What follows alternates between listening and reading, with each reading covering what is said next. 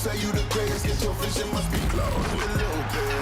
Oh, Lord, I go high in pole position, I don't need a pit stop. Never miss out on a mission, I'ma make it if you know. And you know I'm never missing, I'ma be the shot clock. Shoot, shoot, shoot.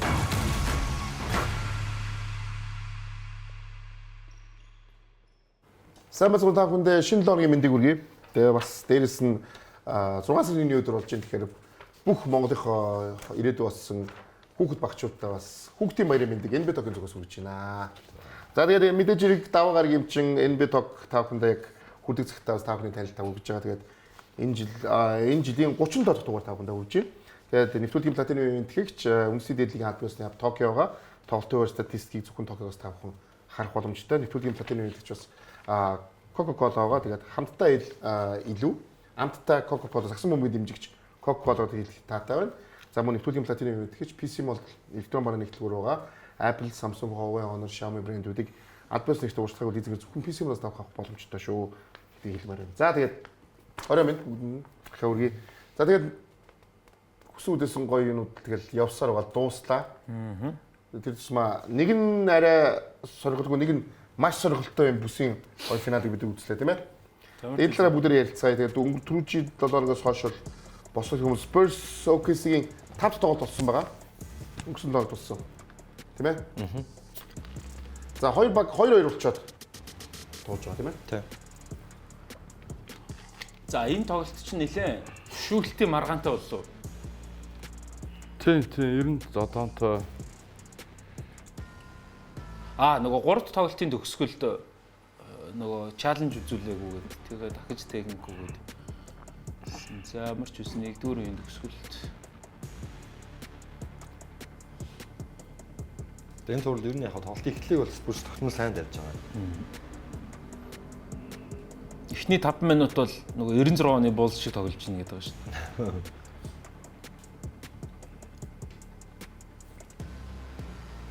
Эйжен Мичл. Энэ цувралын товш ер нь Джейлен Вильямсээр баг. Сан Антониогийн гараа OKC-гийн гараагаас илүү байсан баг шүү.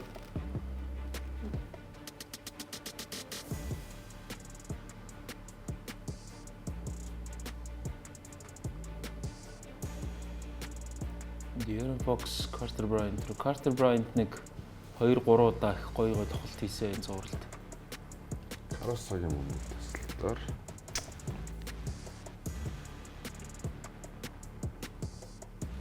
High Heart-ийн инфлоутер бас л зогсоогдшгүй байлаа шүү. Next байхдаа л энийг гаргууд хийдэг болсон шүү дээ. Wemby-ийн эсрэг хамгийн тохиромжтой тоглох болчиход байна л да. Jalen Williams бас маш том X factor байсан.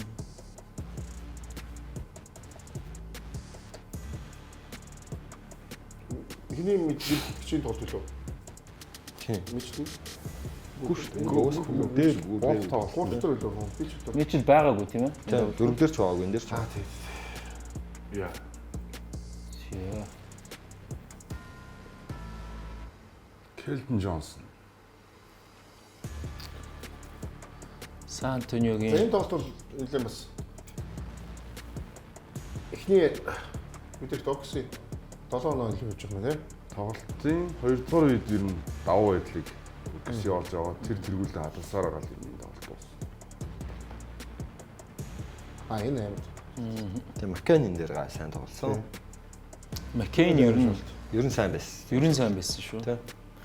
AJ Mitchell, J-Dub хоёр байхгүй болохоор нөгөө бөмбөг яг залж өдөрдөх хүн байхгүй байлаа. Дутмаг байлаа. Дутмаг байсан. Тэгээ Маккейн тэр орон зайг ус ер нь гардын байрал дээр их сайн өгсөн. Кен энэ тоглолтод гараанд гараад 20 оноо. Карьерт анхны плей-оффын гараа тийм ээ. Сэлгэнээс Алекс Каросо 22 оноо. Кейсон Wallace, Caruso 2 талбай дээр байх үед нэмэх 29, нэмэх 18 гэсэн үзүүлэлт.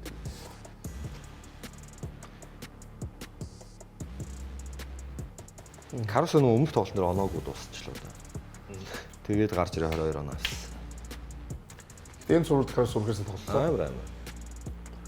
Тэгж хамгаалчаа дахиад товтлогон дээр бас тэгж туслаа гэдэг бол маш хэцүү шүү дээ.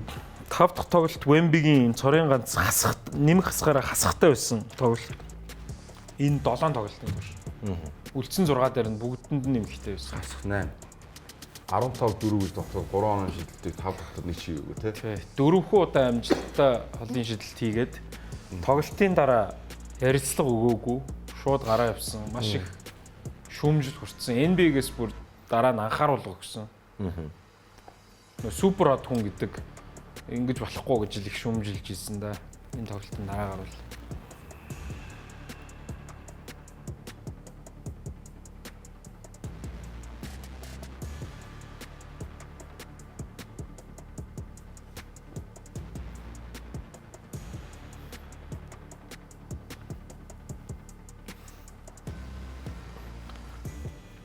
Шампейны маш сайн эхлүүлсэн тийм. Эхний Ер нь энэ цуврал шампань маш сайн байлаа. эхний үед баг 15 он авсан байсан баг шүү. 22-оо. За чи болохоор 16 оноотой. Хардчтай 12 оноотой гэдэг. Дэвн өсөөл энэ цувралын хамгийн муу тоглолтоо үзүүлсэн. За Fox бол нэг иймэрхүү муу довтлогоо 3 ч тоглолт үзүүллээ дээ баг. Хоёр ер нь довтлоо. Fox ер нь 7 тоглолт хамгийн сайн тоглосон. Довтлогын гүйцэтгэл ер нь муу байгаа байсан. Гэхдээ Fox ирснээр нөгөө Стефан Каслийн turnover-ууд байхгүй болсон. Тэг нь Каслын Голон төлөв тэрвэс. багсан. Үндсэн ротейшн хэвэн болчиход Дилен Харпер сэлгэнээс гарч ирэхэд илүү хүүхдүүдтэй уулзсан. Тэр бол үнэн. Энэ цуврал дээр зүгээр Дилен Харпер яг энэ үйлрэл за эрх үйлрэл яах юм байгаа мэдэхгүй. Энэ үйлрэлийн хувьд бол одоо яг юм үндсэн холбогч яг хэмжээний тоглож арай болоогүй маа гэдэг. Энэ зөндөө Fox-ыг гимтэлсэн үед нэлээд харууллаа шүү дээ. Тэр ялангуяа энэ сэтгэл зүйн хувьд бас их бас арай хараахан бэлэн болоогүй гэдэг. Шинэ ми санджаар нэг Caso-Walls, Caruso нэг ээжлээд 3 довтлоход дараалаад зүгээр бүтэн талбай залуулахгүй бүгд слаад тасчихдаг нэг тоглолт дээр. Тэмгүй зүйлс дээр маш залууд болж алдаанууд гэхээр заавал тэр нэг залаад тэр нэг биеийн хүчтэй наалдаад хамгаалтыг давж гарна гэсэн нэг юм шартаа зан. Зарим үед зүгээр дамжуулаад бөмбөгөө урагшлуулаад өөрөө очиж авдаг ч юм уу. Тийм Fox болохоор яг сая тулгаа хэлсэн Каслын turnover байхгүй болчихсон. Дилен Харпертэй ирэх жал багсчих гэх. Яг үнцэр ротейшн. Тэгэхээр нөө эрүүл багаараа эрүүл байхын давуу тал нь тэр юм да. Юуны бүгд нэг баг нөгөө цуврал гэхдээ 3-2 болцсон байгаа тохиолдолд нэг зөв тоглолтын 5 дахь тоглолтыг хоцсон тохиолдолд байдаг статистик бол юм тийм ээ. Тэгэхээр ер нь хамгийн чухал тоглолтоо өвгөөсөө авч чадсан. Сэтгэл зүйн хувьд бол энэ тий. Тэгээ дээр нь 7 гарсан ч 7 дахь тоглолт өвгөөсийн талбай дээр гэдэг. Ингээд ер нь бол маш том давуу талыг энэ очтоор Уул авчиж байгаа тийм. авсан. Одоо хүн дутуу байсан ч гэсэн. Нэг стат байлээ л дээ. Одоо 7 дахь тоглолтын юм дээр ярих. Гэтэ нөө 7 дахь тоглолт талбай дээр тоглоно шүү дээ. Аа. Тэр 2016 оны тэр LeBron-ы нөгөө Golden State Cleveland-ийн финалаас өөрчлөгдсөн байна. Талбай дээр тоглож байгаа баг сул талтай байна. Илүү дарамттай. Ер нь бол айлын талбай дээр хожиж болдгийм байх гэдгийг ер нь харуулсан цуврал гэдэг нэг яриа яваадсэн. Тэгээд 16 оны финалаас хойш 7 тоглолт өмнөх 7 тоглолтыг харахаар юу одоо зочин багууд нь илүү бас хоцсон тийм магадлал гараад ирлээ. Тэгэхээр бол бидний боддог шиг талбай дээрх давуу тал бол 7 дахь тоглолтод бол нэг үеийг бодвол байха болцсон байна. Тим сонирхолтой стат бол. Гэдэг тийм байна гэж үү? Тэр чинь одоо за сая энэ жил Босны талбай дээр фил яажсан. За сая ингээд энэ өвчс өөр тий одоо ингээд 24 онд Денверийн талбай дээр Миннесота хожиж байгаа жишээний 25 онд тий 7 тоглолтууд чинь ер нь бол тэгэл ан мантай. 6 дахь тоглолтноос сүүлийн тоглолт нөгөө талбай дээр айлын талбай дээр тоглолтууд хожиж байгаа зөндөө баг. Тий. Өөрийнхөө талбай дээр илүү дарамтыг авч байна. Одоо сэтгэл зүй аль талдаа өндөр болсон учраас. За тэгээд Spurs хожигд хэрэггүйгээр 6 дахь тоглолтыг талбай дээр авсан. Одоо яг 7 дахь тоглолтын дарамт тийм байна. Тэгвэл одоо 6 дахь тоглолтын дарамт Spurs байгаа шүү дээ. Тий. Хожигдох ирэхгүйгээс гадна бас талбайд юм байна тий. Яг нөгөө 3-2-оор хожигдож байгаа багч нь одоо нэг илүү алдах юмгүй тоглож байна тий. Айдл 3 дээр чинь бол нэг бүх зүйл тэнцүү болоод ирэхээр талбай багийн дарамт нь юу байна л да. Илүү Сүүлийн тэр нэг тоглолт чинь ганц тоглолт чинь бол капын тоглолт гэсэн үг шүү дээ. тий. Тэгээд тоглолт юм чи ганц нэг тоглолт. 3-2-оор хожигдож байгаа баг бол нөгөө юу байгаа шүү дээ тий. Хожиход дараагийн цувралдаа орохгүй байхгүй. Зөвхөн хожигдох үгүй гэдэг. А 3-3 болчгоор чинь хожих юм бол дараагийн цувралдаа гарна гэдэг нь бас давхар дарамт юм болов. Хожигдохоос илүү тий. За 6 дахь тоглолтын дээр бол эхний одоо хагас дээр бол хоёр баг яаж яагаад 3 дахь үеэс тэгээд бүр тасраа авчихсан. Тэгээ ер нь яг тоглолтын эхнээс агуулгаараа уусаа Агуулгыг өрсөө тий. За энэ тоглолтод тэгээд ер нь одоо католик шашны гэлэманаар за тэгээд ер нь бүх давуу талууд байсан. Бурхан, шашин, шүтлэг. Илүү физикал тоглосон. Баргийн нөгөө алдааг бас үлээгээгүй тийм. Хаанах юм бэлээ сэтгүүлчс бичсэн байсан. Нөгөө OKC дэс сул тал нь яг сүүл рүүгээ ингэж орж ирж байна. Байнга алдаатай тоглоо сурцсан байсан ч одоо ингээд илүү физикал тоглоулаад байгаа нь. Тэгт угаасаа плейофф NBA-ийн плейофф угаасаа ер нь л гэхдээ тим байдаг үстэй ер нь. Тийм. Плейоффын үлээлт өөр болдог гэдгийг бүх тоглогчдод үлээлт шүүлдэг үстэй. Аваа ичдэж шүү дээ сүүлийн давталгаа. Физикал болгоод эхэлдэг шүү дээ тий. Энэ бол одоо бүх цаг үед л байсан. Яг энэ сэтгүүлчид ч юм уу сошиалор хүмүүс ч юм уу ингээд сонирхолчд маш их ярианы сэдв болгоод за тэгээ энэ дээр нь бол мэдээж сэтгүүлчид хандлтаа авах тоглолтоо хийн штэ. Тэрнээс шүү OKC-ийн зүгээс бол ямар нэгэн комплейн орж ирээгүй штэ. Шүүгчид бид нар дээр үлээхгүй байх гэдэг маргаан ч юм уу. Тоглолтын Ямар ч юм бол OKC-ийн зүгээс юу ч орж ирээгүй штэ. Ер нь Spurs-ийн зүгээр яг нөгөө нэг тэр техник алдаа челленж дээр нь үзээгүй. Тэгээд тоглолтыг үргэлжлүүлсэн. Тэрэн дээр нь Мич Джонсон тасгалжуулагч бухимдсан ч техник алдаа өгөөд тэрэн дээр бол Spurs-ийн бухимдлаа илэрхсэн үхээс хоёр багаас бол тийм өөрсдийнх нь зүгээс нэг тийм гоншилсан үйлдэл орж байгаа юм шүү дээ. Аль аль багуудаас ер нь. Ер нь OKC-д бүтэн удирдах байгаа юм шүүмжил байсан л да нөө хит лаг баг дээр өндөр юу байдаг хүлээлт байдаг. Нөө Коби, Jordan, Steph энэ хүмүүстэй бас харьцуулаад тоглолтыг харьцуулж байгаа болохоор тийм шүүмжил байнга орж ирж л байгаа. Тэгэхээр нөө харьцуулахад илүү чөлөө шидэлчтэй байдаг. Чэт чинь шинэ хэрэг хийсэн дээ.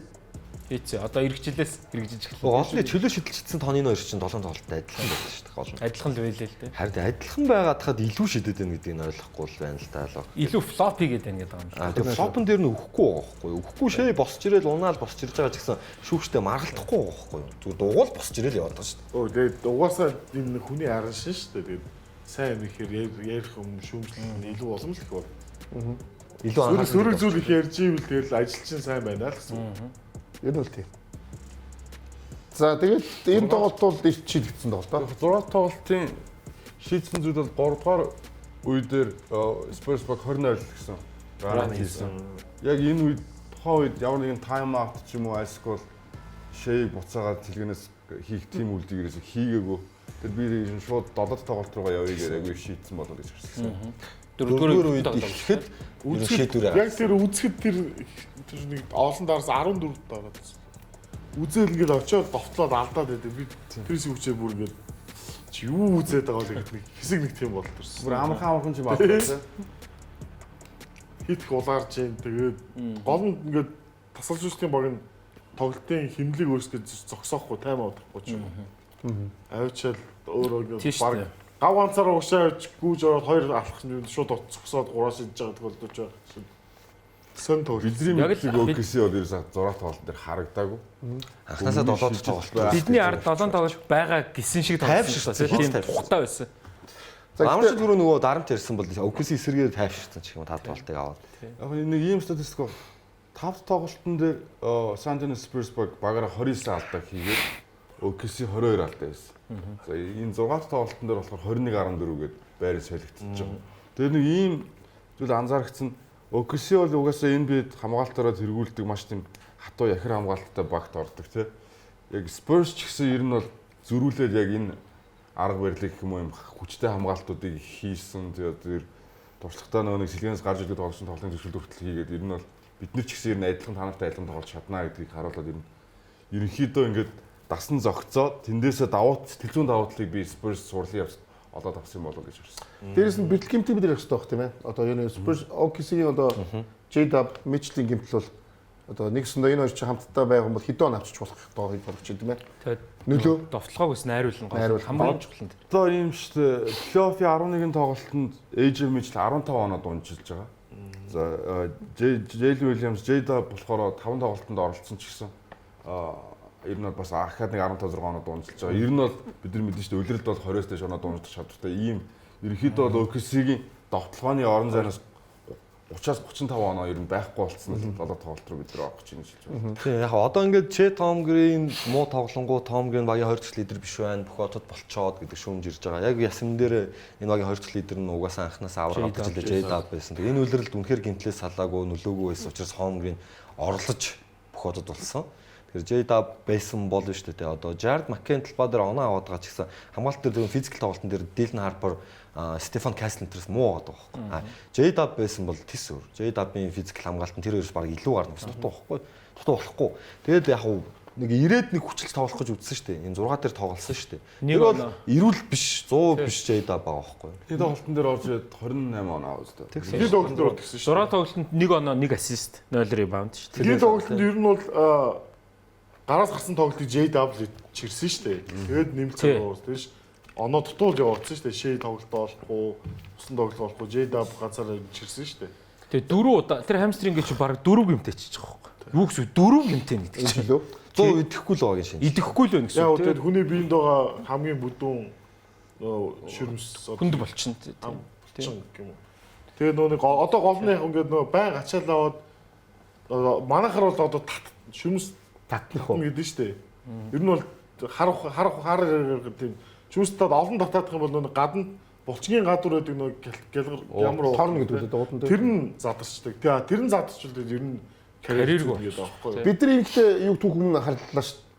Баян задардгийг Крис Полос одоо мэдчихэж байгаа шүү дээ. Ер нь бол гойны хар татдгийг яг л тоглож байгаад яг л 6-аад тоглолтыг тэр ачаал авсан тоглолтууд дээр дандаа ингэдэг 2-3 удаад бид давтагдсан шүү дээ. Тэрнээсээ бол бас өнөөдөр Крис Пол авраг аваагүй байж байгаа шүү дээ тийм ээ. Тэр 7-ос тоглолтод тоглохгүй шийдвэр нь бол зөвөө. Угаасаа тэр дээргүй 6 дээр харсан ямар ч нөлөөгүй байна. Бүр сөрөг нөлөөтэй байна.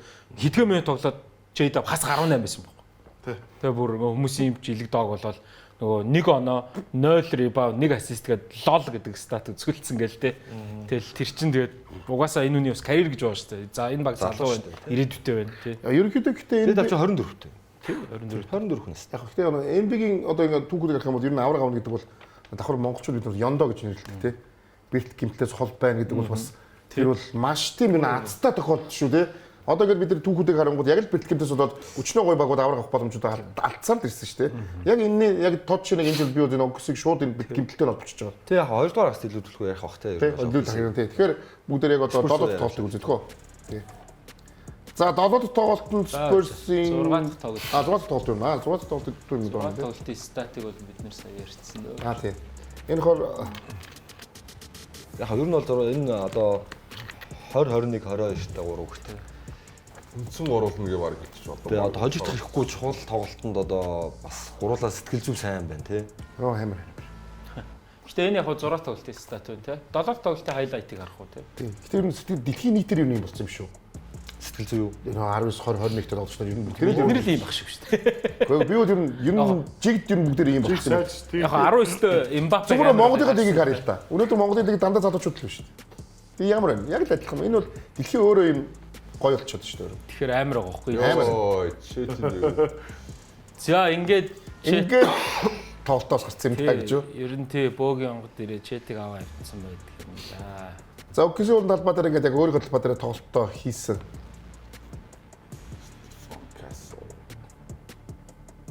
За энэ тоглолтын жишээ бол супер байсан. Оо, үнэхээр MVP байсан. Тэгээд яг нөө шидэж байгаа нөө шидэлтийг нь харах юм бол хүндийн зэрэг бол маш өндөр. Үнэхээр бүр өстө баатарлаг шидэлтүүдийг бол зөндөө хийсэн. Тэгээ дандаа хэцүү шидэлтүүд. Маш хэцүү шидэлтүүдийг хийсэн. Яагаад MVP гэдэг бол ер нь харуулсан. Тэгээ дээр нь 9 ассист өгсөн гэдэг. Тэгэхээр ер нь чирсэндээ чирсэн. Сүүлрэг бол үнэхээр ядарсан хатарсан. Энэ дээр нь тэгэл нөгөө тусуудах нөгөө ахаад довтгооныхын нөгөөс хуваалцах J-Dub байхгүй байна гэдэг л ерөөсөө шууд хэлдэг. Тэгээ гарааныхан дандаа Энэ жилийн хамгийн том амжилтнаа гэсэн тоглогч Мичл нь байхгүй тий. Тэ. Тэгэхээр яалтч хүн л да. Кэнийг шилгэн буцаад шийгээд Кейсэн Уолсыг гаргах тий. Йоо. Энэ одоо хаана хоёр хөлөөс үсрээд байгаа шүү дээ. Тэр холоос. Будгийн будтай талбай гаднаас аваад оо. Ямар ч нөгөө гүйлт мүлтийн инерц байхгүй тий. Зүгээр Будтай байр дээрээс аваад сунаад хоёр хөлөөрөө будтай талбай гаднаас үсрээд байгаа шүү Карасогийн ганц амжилттай болгосон 3 онооны тоглоом саяных. Уг нь бага оноогоор дээр нь гаргачихж байгаа нэг оноо. За шэв үнэхээр MVP өсөө. Юу ирэх. Ястаа ганц тайчин. дээ. За энэ дээр Wemby дээр separation үсгэсэн. Сиат шампион амар байсан. Энэ шампион угаасаа бүр аллаа энэ зүгээр. Дэвн өсөөл ихний 3-4 тоглолтод сайн байсан бол сүүлийн 3 тоглолт шампион амар. Энэ тоглолтод корнетийн дээр хамгаалтууд бас амар байсан. Хин Wemby суудсан байхад тэр нэг хамгаалт. Нэг одоо хамгаалт. гарна. Одоо Чухал Айгуу чухал те. амар хамгаалт. За энэ бол бас Jalen Williams. Гайхамшигтай тоглолтыг цэлгэнээс үзүүлсэн 10 оноо. Бол ойрхон яваалгаа. 10 самар 4 оноочтой дамжуулсан. Чэтийн ажлыг нь өмнөөс нээж гисэн доо. Джонсон. Williams. Келвин Джонсон 4-р үед л яг ам орсон. Эхний 3 үеийн тоглоог байсан. Тэгээд 3 дараалж 3-аас игээд Тэгсэн тэгээ оноо ойртох үед 16 минут. Сайн үсэж 11 өгөхгүй юм оноо. шүү дээ. үгүй шүү. Сайн шидэлтэд үсэж өгөхгүй юм. Одоо тэгээ Sky Hook мөкийг сурчих юм бол тэгээд энэ зон одоо тэгнэ гэдэг байгаа шүү дээ. Тэгээд дуусаа. 3-аас шидэхдээ хүн өрөхгүй шүү дээ тий. За энэ яг тоглолт. За энэ 4 онооны Back to Iguodala blocked by Cornet. Нөгөө юуны 16 оны ямар ч боломж авахгүйсэн биш. Хаард шүү дээ бас тэгээ бас. Корнет олон жил уран шугамны гадны үсэр тий энэ блокийн төлөө бүх шидлэлд үсэрсэн шүү дээ гол тий. 3 шидэж хахад самбар доор үсэрдэг байсан шүү дээ. Статистикли бол яг статистикийн харах юм бол тэр нөлөөлдөг гэдэг байгаа шүү дээ. Нэг Яг энэ блокийн төлөө яг энэ жижиг блокийн төлөө үсэрсэн баг.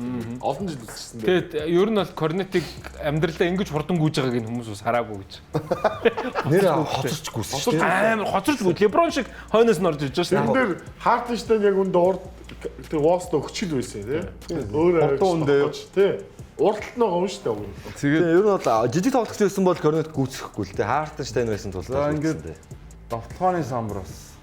Тийм ер нь довтлооны самбарт сургуулийн турш илүүрхсэн баг нь ер нь л спорт байлаа. 15 Кейс довтлооны Уолс самбарыг Сайн тоглосон шүү дээ. Кейс Уолсын дээр 16 оноо 17 оноос. За ингээд ингээд дуусна. FU гэдэг тоглолтыг хийсэн дээ төгсгөл. энэ ч баг хэрэггүй л байсан дөө. Өө хүн чинь хоёр довтлого байхгүй бас. Өөр найдварт бол. Энэ Wemby-г ингэж ямаас гаргаж байгаа бол гоё. Одоо үед ингээд кул харагдах гээд байгаа. Тоохгүй гэдэг имиж эсрэг. Эсрэг яг зүгээр бодтоогоор Яг бодлогоор сэтгэлдлээ гаргаад. За ингээ Western Conference-ийн авраг гэдэг. Шээ довтлооныг үүсгэлж гайхалтай байлаа. Тэгэл өөрийнх нь зүгээс Тэр гарааны энэ Чет 4, Лүдорт 3. Лүүдорт сүүлийн 3 тоглолт ер нь муу байлаа. Чэтийн дөрөв зүгээр хоёрхан орлт нэг яаж 10 орлоо нэг оруулсан бол ойлгох. Ил авч гэж байна. Тэгээ тэр чид бас 4 ребаунд энэ төргээд red flag-ууд амар их. Одоо бид нар ингээд гэхдээ үнэхээр тоглогч нарыг бэлтсэн байгаад одоо яг хамгийн их тус болох боломжтой хомгрид чэт бид бург өгөх ёстой шүү дээ. Энэ тоглогч дээрээс нь шинэ гэрээгээ ийдсэн. Ирэх жил авах нь гэрээ нийтлээ 200 төсөн. 4 жилийн 200 20 төсөн багсан. Тий 220 байсан ба. 228 арайч бас нөгөө 50 60-ын гэрээ. Тий, 48 жилийн 50 дунджилж байгаа. Тэгэхээр 220-ийн салентай хүн 37 минут тоглоод 4 он авч болохгүй шүү дээ. Яг ийм Ийм шээ 5 жилийн 200 гарч мууч байхгүй да. 40 хэдэн саяг авч байгаа. ийм чухал Таг тоглолт. өрөхгүй. Тий. Ийм 5 чухал жилийн 239. Баясагаас яг асууж инээс хэлээ. Яг ийм тоглож 37 минут тоглоод одоо багийн 2 дахь лидер нисүү шүү дээ. Агийн тоглолтын дээр 32 минут. 32 минут тоглоод 4 он авч болохгүй шүү дээ. Болохгүй энэ тоглолтын дээр бол яг харахгүй буруутахаас аргагүй. Энд чинь өөрөө шийдэх боломжтой ч юм уу боломжтой үед дээр ерөөсөө ямар ч тийм орлого хий гэсэн зүг хүсэлж байгаагүй. Яг тоглолтын төгсөлд дайнасч бол яг өөр буруу шууд өөр дээр авлаа. Статистик харах юм бол хоёрхан довтсон ийм багийн хоёр дахь лидерийн үрийг үүсгэхтэй байсан юм байна. Ийм байх нь энэ бол хамгийн түрүү миний буруу гэж хэлж байгаа. Яг зөв магадгүй зөв бид нар довтлоонд ирлээ үүрэг оролцоотой оролцуулах байсан тэр төлөвөө гаргаж өгөөг юм болоо да гэдэг зүйл. Яг энэ дээр бол хин тоглолцоо өмөрж байгаа боловч яг тоглолтоо үзэх юм бол хомгийн довтлох нэгээс өөртөө намхан тоглож хамгаалж байгаа үе ч юм уу тэм тохиолдолд дайрахгүй ч юм уу. Тийм зүйл маш их байсан. Дээрээс нь за яг Челтийн тэр хоёр довтлож байгааг бүгд бүр яг бандаар real timer харсан шүү дээ. Хүүе довтлооч гэл ингээд 3 4 дугаар үед 2 дугаар хагаст бүр оролдлого хийгээгүй. Энэ хоёроос нэг чинь 1 дугаар хагаст байхгүй.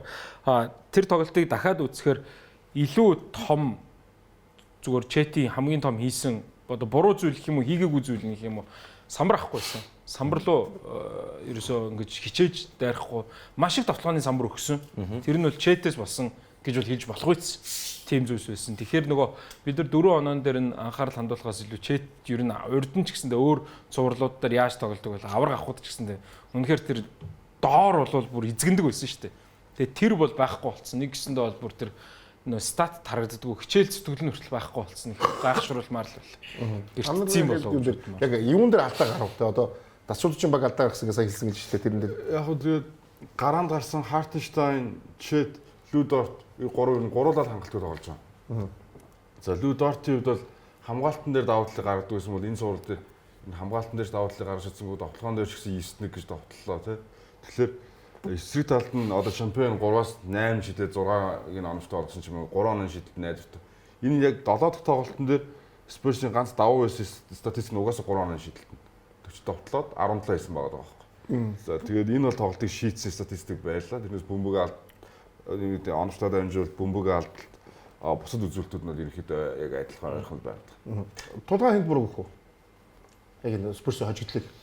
Энд ч багтай буруу сарж Одоо Оксигийн хожигдлыг юунд бүр. би нэг буруу өгмөөргүй нөө тэрний буруу юм. Челти муу тоглолт. Челти муу тоглолт мэдээж байж боломгүй л те. Одоо авраг авцсан туршлагатай тий авраг авахдаа 7 тоглолтод оролцоод үзсэн туршлагатай тоглогч ингэж тоглож болохгүй л тий өөдөөс нь одоо анх удаага плей-офф орж байгаа залуучуудтай тоглож иж ингэж муу тоглож бол мэдээж болохгүй. Би бол буруу геймплей гэж харж байгаа. Тэгвэл би өнгөрсөн дугаар дээр хэлжсэн шүү дээ 2-2 хахад би бол ингээд Вендиг 22 настайдаа авраг болчлоо гэж харж байна гэж шууд хэлсэн шүү дээ. Шалтгаан нь JW Mitchell-ийн геймплей. Би ерөөсөө тэр геймплейс л хэлсээрээс Биркемплүү сагсан мөнгөний нэг хэсэг тийм ээ. Үгүй харин тэгээд ямар ч найраа. Тэр гимтлэл буруу нь болчлоо тэгвэл. Буруу байж болно шүү тэр гимтлэл. Хожигдын буруу шалтгаан азгүй шалтгаан гимтлэж болно. Ер нь багийн нэг лидид тоглож гимтчүүдэд дуусчихсан юм ер нь. Одоо бидний Нью-Йорк дээр ярьж болно бид нар тийм. Удахгүй ярина. Яг өөр өмнөх сурлууд дээр гимтэлтэй ч гэсэн илүү баг нь учраас болоодсэн тэгээд гимтчгээр ойролцоо ур чадвартай баг гараад тэр гимтэл нь тэгээд сүрэг ялц. За тоглосон мөнгөөр финанс шалгасан хоёр дахь хамгийн залуу баг уу? Тийм. Түүхэнд. Дундаж нь 25. Тэр тоглосон минутаар шүндээ үзэж буруу ойлгочихвол ингээд 10 хэдэн тоглож байгаа нэрийг бичээд ард нь насын нэм бичээд насын нэмээд хуваачдаг зүйл биш шүү. Тоглосон минутаар минутын үйл нөлөөтэй байна. Тэгэхээр Harrison Barnes чинь дэшигээ татсан шүү дээ тий. Barnes байгаа. Тэр нөө тоглохгүй Биомба гэж хэлдэг байгаа шүү дээ. Энэ дээр саяных дээр буруу гэхээс илүү зүгээр нэг шал өөр өнцөг гэх юм уу ярихад би диагонал тасгалжуулагчийг бүр магтмаар байна. Амар сайн тасгалжуулсан гэж хэлнэ. Байгаа нь үзрэн л энэ байлаа. Бараг 6 минутад байхад бүх тайм аут авчиж байгаа. Гэхдээ тэр нь ингээд тоглогчтой те ядарсан багт намрааж үзэж байгаа. Маш олон өөр хамгаалтын дефенсив сетүүд явж үзэж байгаа. Ротейшнээс сольж үзэж байгаа. Тэгэд багта бүр итгэж байгаа байхгүй. Бүгд тэр тайм аут дуусна уугүй хамаа байхгүй. Диагоналт бол бүр үнэхээр чадхаараа бүр яг нөө 6 тоглолтын эсрэгээр те тайм аут авахгүй ингээд яваад байсан юуны. Яг эсрэгээр нь стоноор тултлаа коуч хийсэн. Тэгээд коуч диагоналт бол тоглогчдоо бага маш сайн мэддэг юм байна. Хамгийн сайнаар үзээ тэгэл яалтж байхгүй. Өстой давагдшгүй хүчин зүйлд мөргүүлчлээ. Тэр давагдшгүй хүчин зүйл нь бас их сонирхолтой. Люк Корнетийн карьерийн хамгийн чухал 60 секунд байсан. Тэгээд тэр блокийг Wemby хийгээгүй байхгүй. Корнет хийж байгаа. Тэр дараа нь нэг путбакийг Castle лөө, Vassell лөө хийж байгаа. Wemby хийгээгүй. Тэгэхээр шампионы 2 дараалж 3-аас. Шампионы 2 дараалж 3-аас хийж байгаа. Келвин Джонсон сууг явуулж байсан үед дээр 8 оноо дараалж байгаа. 11 оноо юу лээ. Тэрнийх 8-ыг дараалж авдیں۔ 8-ыг дараалж авч байгаа. Тэгээд хахад 50 секундын дээр OKC стил хожих боломжтой. Тэгэхээр энэ бол нөгөө од нар сар бүх юм нь үнэхээр бүрдсэн. Тэ? Аимшигтэй сонин тулж эргчээлэр гэдэг шиг. Ерөнхийдөө дасгалжуулагч нар тэгээд хамгийн том дөрөс асуудал ерөөсөө бэлтгэх гэмтэлч тийм үү? Өөр яаж чадахгүй зүйл. Тий, яаж чадсангүй шүү дээ тэр чинь. Одоо яалтал. Өөртөө байж бүхэл маневрыг дасгалжуулагч нь бол хийж байгаа. Бүр сэлгэнээс огт тоглохгүйсэн тоглогч нар хүртэл Кендрик Уильямс Миланстай. Кендрик Уильямсыг нэр оруулаад ирсэн. Тэгэл Джейл Уильямс илгэнээс жишээ нь дадаа тоглолтод бас 10 гээл ингээл маш хэрэгтэй тоглолтууд хийж байгаа. Тэгэхээр ротейшндоо ер нь байх. Яг Isaiah Joe хин хоёр л Вигинс хоёр ротейшнс гарсан. Бусдаар бол үлдсэн бүх тоглогчдоо ер нь бол 100 ашигтай тоглосон. Үзэж чинь тий. Таг нь болцсож тэнд бол стиг full time ажиллаж байсан шүү дээ. Ялгаагүй үйлсэл гарцсан явж байсан шүү дээ, тий. Тэгэхээр яг нөгөө яг л тэгэл нөгөө яг энийг бид нар бас ярина. Яг энэ бэлтгэл гимтлээс болж ямар боломж алдсан гэдэг зүмөр дараагийн юм дээр яриадгүй тийм ээ. Энэ түүхэнд 3 тоглогч болж байгаа юм байна да. Ийм амар статистиктэй тоглосон. 190-ээс дээш оноо 70 самбар дараас нэг сууд 15-аас нэг хаалт 10-аас бөө Нэг цувралт. Нэг цувралт яа. За тэр 16 оны LeBron бол ойлгомжтой. За тэгээ Карим байна да. Тэгтэл 16 оны LeBron 15 нэмэх блок гэдэг ч юм уу амар. Амар Тэгэхгүй. амар 16-ны LeBron ч бүх статистик үзүүлэлтээр 2 багийг 2-1 тэргүүлсэн шүү дээ. Тий. Амар Бүх тэр бол энэ Тэгээд тийм хараагүй. Эхний 5 тэр 5 үзүүлэлтээр 5 үзүүлэлтээр 2 багийг тэргүүлсэн гэр амар шүү дээ. За тэгээд ийм агуу хүмүүстээс шууд хамгийн 22 настай байж 16 оны LeBron бол бүр ингээд prime LeBron баггүй тийм. Майамигийн LeBron-оос унаагүй яг бүр илүүч бараг туршлага маршлахтай. 32. За Карим ч гэсэн яг тэр ингээд яг бүр нөө зогсоогдчихгүй яг эд оргил үн штэ. Тэнгуут Вемби оргилдоо хүрээгүй байгаа гэдэг. Хөгжлөн зогсоогүй. 22 таа залуу. Ахаад хөгж. Одоо тэр хүн хэллээ штэ Sky Hook сурна гэдэг тийм 100. Тэгээ Йокичийн тэр сомбор илүү л ингээд хит болно. тэр нэг навшийн нэг гөл дээр эргэж харж шиддэг. За тэгээ тэр хоёрыг сорчвол тэгээд. Ингээ бодохоор чинь юугаараа онцгой гэхэр чи Вемби бүр жоохон ороосоо ийм амар болчих. Жоон л онцгой л байна л да. Тий, тэгээд нөгөө энд бас нөгөө давхар нөгөө шинэ үеийн хүүхдүүдийн нөгөө хар багасаа нөгөө сагсан бөмбөг яаж байгаа бэлтэж байгаа тэр юу нь бас олон жил. Яг нэг хэдийний 22 ихэд айд хэдий ингээд насаараа тоглолцсон хүн шиг юм юг хар багасаа тоглож Тэгээ өөрөө онцгой сэтгэл зүйтэй байна тийм. Ховор сэтгэл зүйтэй тоглож. За тэгээд хин Вемби бол энэ орчин үеийн хүүхдүүдээс эхэлтгүй зүгээр л нэг одоо энэ 91 тохиолдол тоглогчтой. Ийм тоглож байхгүй шүү. Тийм би хаатай. LeBron James байхгүй шүү. LeBron James-ийг тоглож одоо хүртэл гарч ирээгүй байхгүй. Яг LeBron шиг өндөртэй. Энэ яг тийм LeBron шиг атлетик, биетэй, хурдан ийм тоглож одоо хүртэл гарч ирээгүй. Тэгэхээр нэг 20 орчим жилд нэг ийм тоглож төрж гарч ирээд. Ёстой жинхэнэ утгаараа generational talent ийм байт юм байна. Тийм ээ. Вемби бол хизээж байхгүй юм байхгүй. Хизээж бид нар ийм үнийг өмнө хараагүй. LeBron-ыг ч өмнө харж байгаагүй шүү дээ. Ямар ч сандал high school-ээс chosen one гэдэг нэр авчих вэ. Тэгээ LeBron-оос өмнө 20 жил үл хий. Тэгэл Michael руу орчих гэж шүү дээ. Тийм үстэй. 84, 2003, 2023. 20 жилийн зайтай. Магадгүй 60 донд нь хинж гарч ирсэн юм байна. Яг хоо Шабаз Мохаммадыг дараагийн LeBron болно гэж. Шабаз Өөж мэйо дараагийн Коби гэж ярьж. Тий, тэгж ярьж Монгол ирэл яц. Шабаз Мохаммадыг чинь дараагийн LeBron гэж ярьж ирсэн шүү. Майкл Бинслиг бас тэгж илүү яагаад ч. Тий. Окей, хүүп яг юугаараа бол тэр нөгөө юугаараа хамгийн өндөрөөс нь Зайныг бол үнэхээр 10 жил очихд бол аад гэж ярьж ирсэн шүү. Зайоныг хөгжиг хүлээгээл байгаа. Донд нь Вемби ингээ 3 жилдээ 20 жил дахиад next generational talent гэж бодсон хүн харин тийм биш байж таарлаа. харин тий. Зайн бол тийм. Зайн хамгийн өндөр хүлээлттэй байсан. 10 жилээс Nike-та 7 сая доллар гэдэг. Спurs төрүүлэхдээ бас эхний шатанда Blazers-ийг хожоод хоёр дахь шатанда Minnesota-г хожоод бүсийн аваргын төлөө болохоор Lakers-ыг хожижсэн лээ Shaq Kobe-тэй. Ара бүсийн аваргын төлөө яг нөгөө өөрийнхөө эсрэг центртэй гэдэг. Тэр нь бас адилхан Chet эсрэг үзсэн бол тухайн үед Shaq-тай үзчихсэн. Тэгээ Kobe-гийн оронд Shea ч юм уу те. Одоогийн OKC-д нь. Тэгээ ийм төстэй маш сонирхолтой. Сонсоод ерөнхийдөө бид нар удахгүй ярина.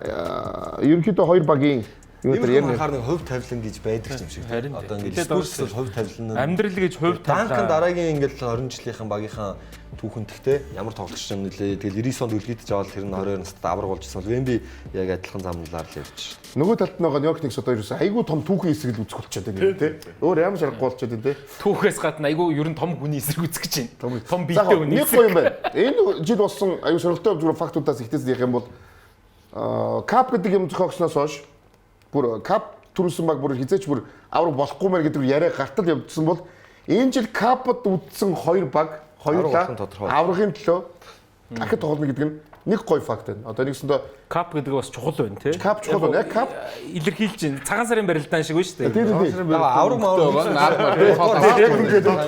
Тий кап өнгийн тодорхойлох чинь. Ерөнхийдөө ярина бидний дараа. За тэгээд энэ талаар бүр нийлэх юм ярина байж байгаа. Тэгээд хэсэг хормоноор бүгд уулзаад яг тэр тэрний талаар бүгд ярилцгаулнаа. Эмбэ тогтоом дугаараа залуусаа.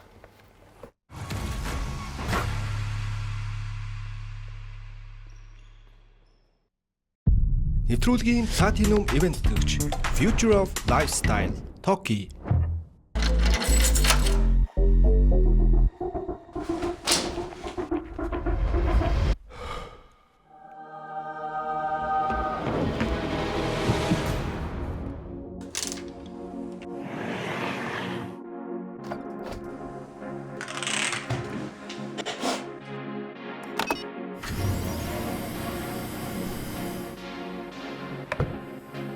За илүү чөлөөдөг манайхаа хоббиндоо хүрэн оров. Toki Shop-оос гейминг сетапаа лизингээр аваарай. Нэвтрүүлгийн Platinum Event төгч Саксан мөнгөний спортыг дэмжигч Coca-Cola. Айко гол хөтөлбөр эхэллээ. MCS Coca-Cola-гийн бүтээгдэхүүний бөглөөний доорх кодыг уншуулж хөлбөмбөгийн мини тоглоомд оролцоорой. Нэг бөглөө, нэг боломж. Алдах хүртлээр гол оруулж, оноогоо нэм. 7 хоног бүр ихний 100 хэрэглэгч гарын бэлгийн эзэн болно. Харин сар бүр ихний 10-т багтсан шилдэгүүд супер бэлгийг хожих боломжтой. FIFA 2026-гийн албан ёсны түнш Coca-Cola. Нэвтрүүлгийн ерөнхий ивент тэтгэгч цахим технологи цахилгаан барааны дэлгүүр PC Mall. Энэ урьдчилгаатай юу? Урьдчилгаагүй. Энэ урьдчилгаатай юу? Урьдчилгаагүй. Хүй, энэ урьдчилгаатай юу? Энэ бас урьдчилгаагүй. Гадууцаа хамгийн хиндаа бэлэгтэй урьдчилгаагүй лизингээр аваарай. Гадууцаа зөвхөн PC Mall-оос.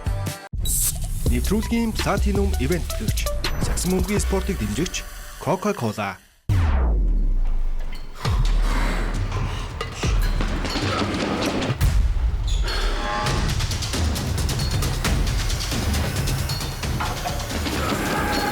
Эрдэс нөхөх спорт ус Powerade. Нэвтрүүлгийн ерөнхий ивент тэтгэгч цахим технологи цахилгаан барааны дэлгүүр PC Mall. 1,200,000 төгрөг байхад iPhone 17 авчиж гисэн үг. Тийм ээ хана бүр 17 Pro Max. Биднийх чинь тэгээд Албан ёсны хэрэгтэй. Дээрээс нь бусад гадраас хамгийн хямд. Эзэнгийн хэлбэр нөхцөлтэй авчил та. авъя. Урьдчилгаа 20% төлөөд хамгийн хэлбэр лизингээр iPhone 17 тавуулаарай. PC Mall 75 35 35. Нэвтрүүлгийн Platinum Event төгч Future of Lifestyle Toki.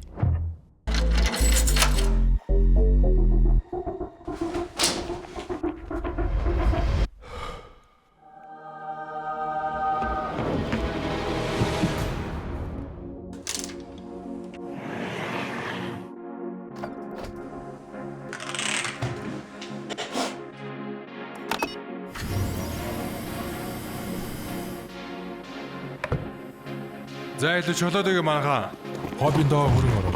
Toki Shop-оос гейминг сетапаа лизингээр аваарай.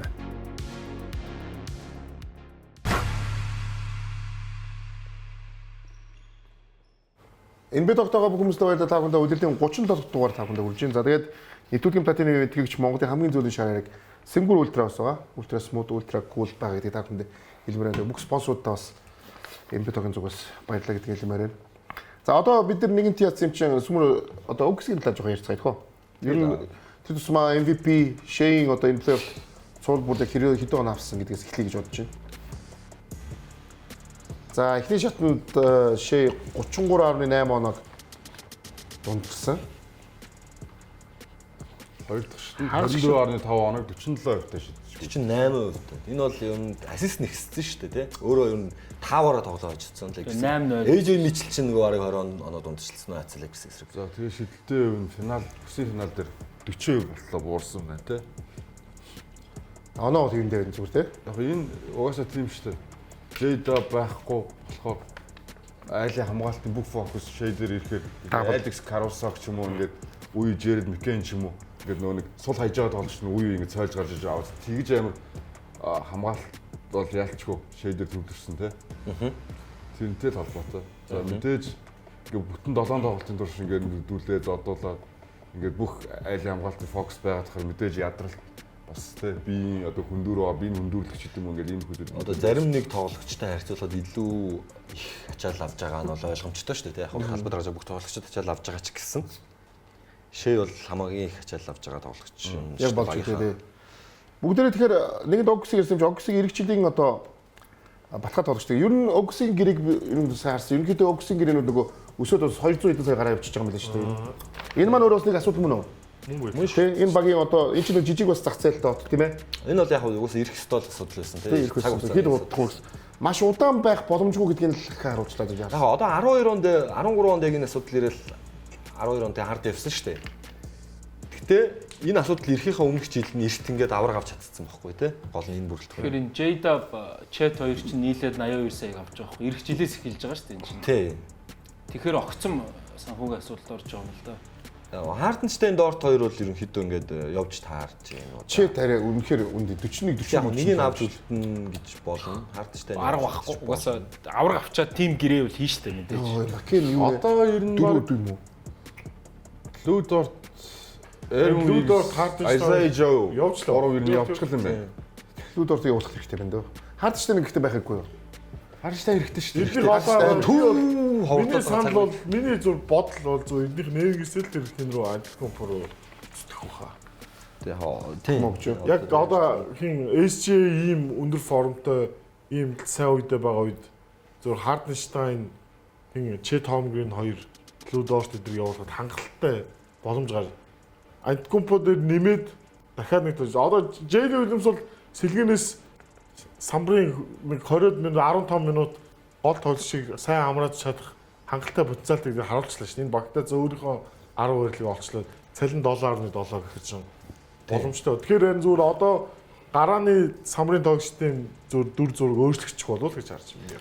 Jalen Williams-тай маш сайн гэрээ өгсөн байхгүй. Хямдхан 2 жилийн гэрээ сонссон шүү дээ. AJ Mitchell-тэй бол супер гэрээ хийсэн шүү дээ. 3 жилийн хийсэн. Би наадах гэж дараа. Одоо тэгээ Jalen Williams-ийн тэр сүүлийн 7 жил нь team options болохоор ер нь 14 саяын тоглолт шиг 2 жил байлгана л гэсэн үг байна. Энэ AJ Mitchell, Jeremy Macken хоёрын бол бус багуудын бол нөгөө шүслэн гоч тоглогчтой мөн биз дээ. Одоо энэ Macken бас ингээ 2 жил одоо нөгөө rookie contract 4 сая 2 сая одоо 2 дахь удирдал нь байлаа шүү дээ. Энэ хоёрыг чи нийлүүлээд зүгээр кейс нь уулзч гэсэн ялгаагүй. Харин эдний энэ үүргийн тоглогчдын гэрээ бол амар. Уг яг зөв одоо энийг хараад шүүс алдаад бол яг үндэ зөв Jared McCann NBA-д оржсон яг нөө үндсэн хөдөлмөрийн гэрээгээр л энэ цалин гэрээтэй байгаа шүү дээ. Би бол рүүки гэрээ. Тэгээд өөрийнхөө талбайн гадуурх амьдралаасаа би байгаа байдлаасаа болоод фили гэдэг багаас л хөөгч юу нь бол жигдсэн л өөр. Тэрш уурчаар Kentucky-гийн бүтээгдэхүүн ур чадвар өндөртэй ийм л тоглож шүү. Тэгээ солилцооноор уулах юм бол энэ ч одоо бус багуудын шүүсэн гоч юм биш үү? Яг үнд өргөжлөө шүү дээ. Саяны зүгээр яг юу харахаар гэрээг харахаар би зүгээр яг Баясагийн хэлж байгаа би өчигдөрхөө хүртэл бодож ирсэн. Тэгээ за Янасыг заавал явуулах хэрэггүй юм байна гэж бод. Авах заавал хэрэггүй юм байна гэж бодсон. Болно тийм. Яг J-Dub Mitchell хоёр л гимтэлсэн байсан шүү дээ. Тэсээс яг энэ баг бол бүрэлдэхүүнээрээ айслаг авраг авж байгаа л бүрэлдэхүүн багхгүй. Тэгэхээр нөгөө Sam Presti бол нэг knee jerk reaction гэдэг чинь огцом тийм реакц нэг хийгээд дахгүй байх гэж бодсон тий. Энэ бол маш удаан хүлээцтэй байсны өвчөнд ийм баг босгосон шүү дээ. Гэхдээ зөвхөн нэг юм байгаа. Зүгээр өмнөсөн хэдүүлээ ярьдэн шүү дээ. Одоо ингээл Nuggets-ийн үндсэн бүрэлдэхүүн яг энэ core-ороо нэг 3-4 жил яваад одоо задах нь болчлоо гэдэг. Одоо энэ жил ингээ фейлчлээ. Ирэх жил гимт бэлтгэлгүйсэн чинь эднэрт хамтдаа ингэж авраг болох тийм сэтгэл зүйн эсвэл ийм уур амьсгал байх уу гэдэг чинь асуудал ч юм. Тэгэхээр яг тэр үед нь л өөрчлөлт их менежерийн ажил чинь тэр үед нь л өөрчлөх болж. Миний бодлол би гэж бодож байна. Одоо сая яг хэллээ шүү дээ. Сэрэг бэлт гимтлээс аваа ичих юм бол энэ баг авраг баг мөн шүү дээ. Мөн шүү дээ. Тийм болохоор яг ийм багийг нэгт гэж солихгүй бол. Гэхдээ яг энэ ингээ бас хоёр үзүүртэй. Тэр өөрчлөлт болохгүй. Яг энэ жилдээ шүү. Эдгээр өөрсдөө яг таны бодлыг нэг цаагаагүй. За чи ийм хоёр тал нь хоёулаа зөв үнцгэл байгаа даа л да. Одоо Баясаах Амарж хоёрын. Гэхдээ тэр нь цаг хугацаанд харуулах юм болчиход шүү дээ гол нь. Тэнгууд яг мэдэнэр юу байна? Тийм, Дэнүр бол игжсэн. Жамал Мүрейтэй төвчээртө хүлээцсэн тий. Тэгээ тэрний амжилт нүрээ авраг авцсан. Ер нь бол ганц өөрчлөлт нь ер нь Арангорд нэг л байрал дээр навчирсан юу сольсон нөгөө хэнийг сольсон. Хэн байла? Jeremy Grant-ыг Арангордон болгосон шүү дээ. 4 номероо сайжруулад нэг тим өөрчлөлтөөр Дэнүр бол төвчээртэ байж байгаа авраг авцсан. Нөгөө талд нь болохоор Lakers авраг авсан жилдээ шууд аваачаад өөрчлөөд дараа жил нь бүтлгүүтээд бүр мууаг болцсон юм. Тэгэхээр ингээд энэ хоёрын ярьж байгаа хоёр өнцгийг аль алинд нь хийж үзсэн тохиолдлууд. Янс дээр амар том өрсөлдөөн нь хэрвээ бүтлгүүтвэл үндсэн core тий үндсэн суурь бага задраагаад дээрэс нь ирээд үгээч гэсэндээ дэнчин тавьчих. Энэ чинь багийн 14 нэгдүгээр драфт ирэх байгаа байхгүй. Тий. 14 штэ ямар их гэдгийг хэдүүл бас мэдгүй. Аа юм шүү дээ. Нэгдүгээр драфт ирэх үү. Зарим багт нэг ч ирэх байхгүй. Тэгээд 12 нэг 2 дугаар тойрог ирэх байгаа. Тий. Энэ 14-өөс 26 драфт ирэх. Тэгээд 14 нэгдүгээр тойргийн ирэхээсээ 7-ыг нь солилцоонд оруулах боломжтой гэж байгаа. Харамлахгүйгээр. Тэгээд хаа дахиад 7 драфт ирэх байна. Юу гэсэн ч юм те. Энэ багийг 2 хуваахад хоёулаа плей-оффд орноо. Тэгэхээр Янсыг төлөө зөвхөн Чет Холмгрийг өгөөд авах боломж тэдэнд түлхүүр нь байна л гэсэн. Яг гоо байгаа. 5 драфтын нэгдүгээр тойрог ирэх өгөөл. Одоо Четийг бол авъя гэхээр хэцүү юм л да. Одоо тэр яг Чет чинь Чет энэ одоо байгаа хөрсөн төвчнөөсөө дахиад ахих уу гэдэг л асуулт байна.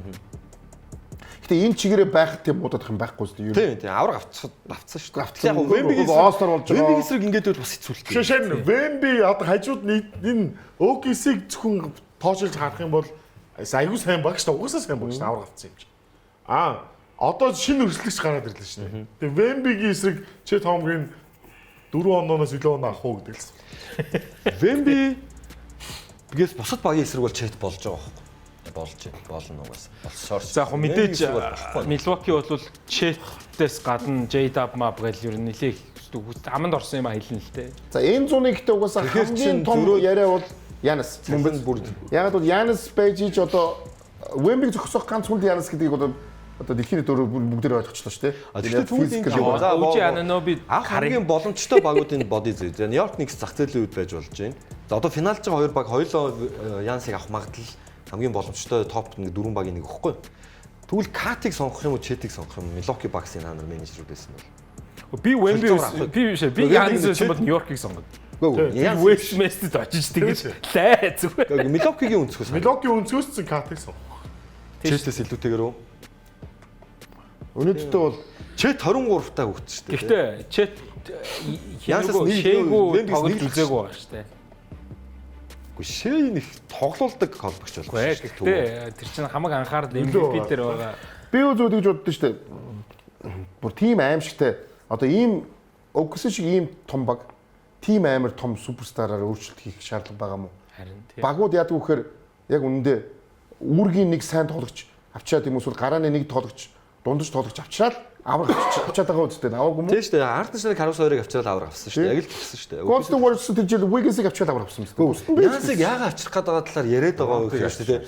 Зүгээр Вембиг л эсрэг гэж яриад байгаа байхгүй юу? Сүүлийн хэлэрсэн. Вембиг л эсрэг байхгүй юу? Тэгээ Вембиг л эсрэг тийм. Бусад 29 багийн эсрэг энэ баг 28 багийн эсрэг энэ баг болцоод байна шүү дээ. Вембиг эсрэг үлрэлж байхгүй, хангалтч байхгүй гадаг шүү дээ.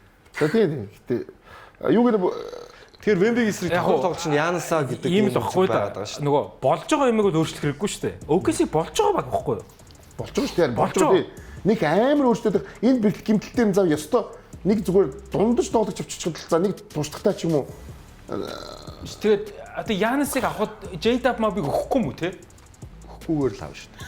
J-Dub авах. Шууд AJ Mitchell, Jared McCain хоёрыг өгөхөд л цайлан тэнцэж байгаа. Chet-тэйг нийлээд.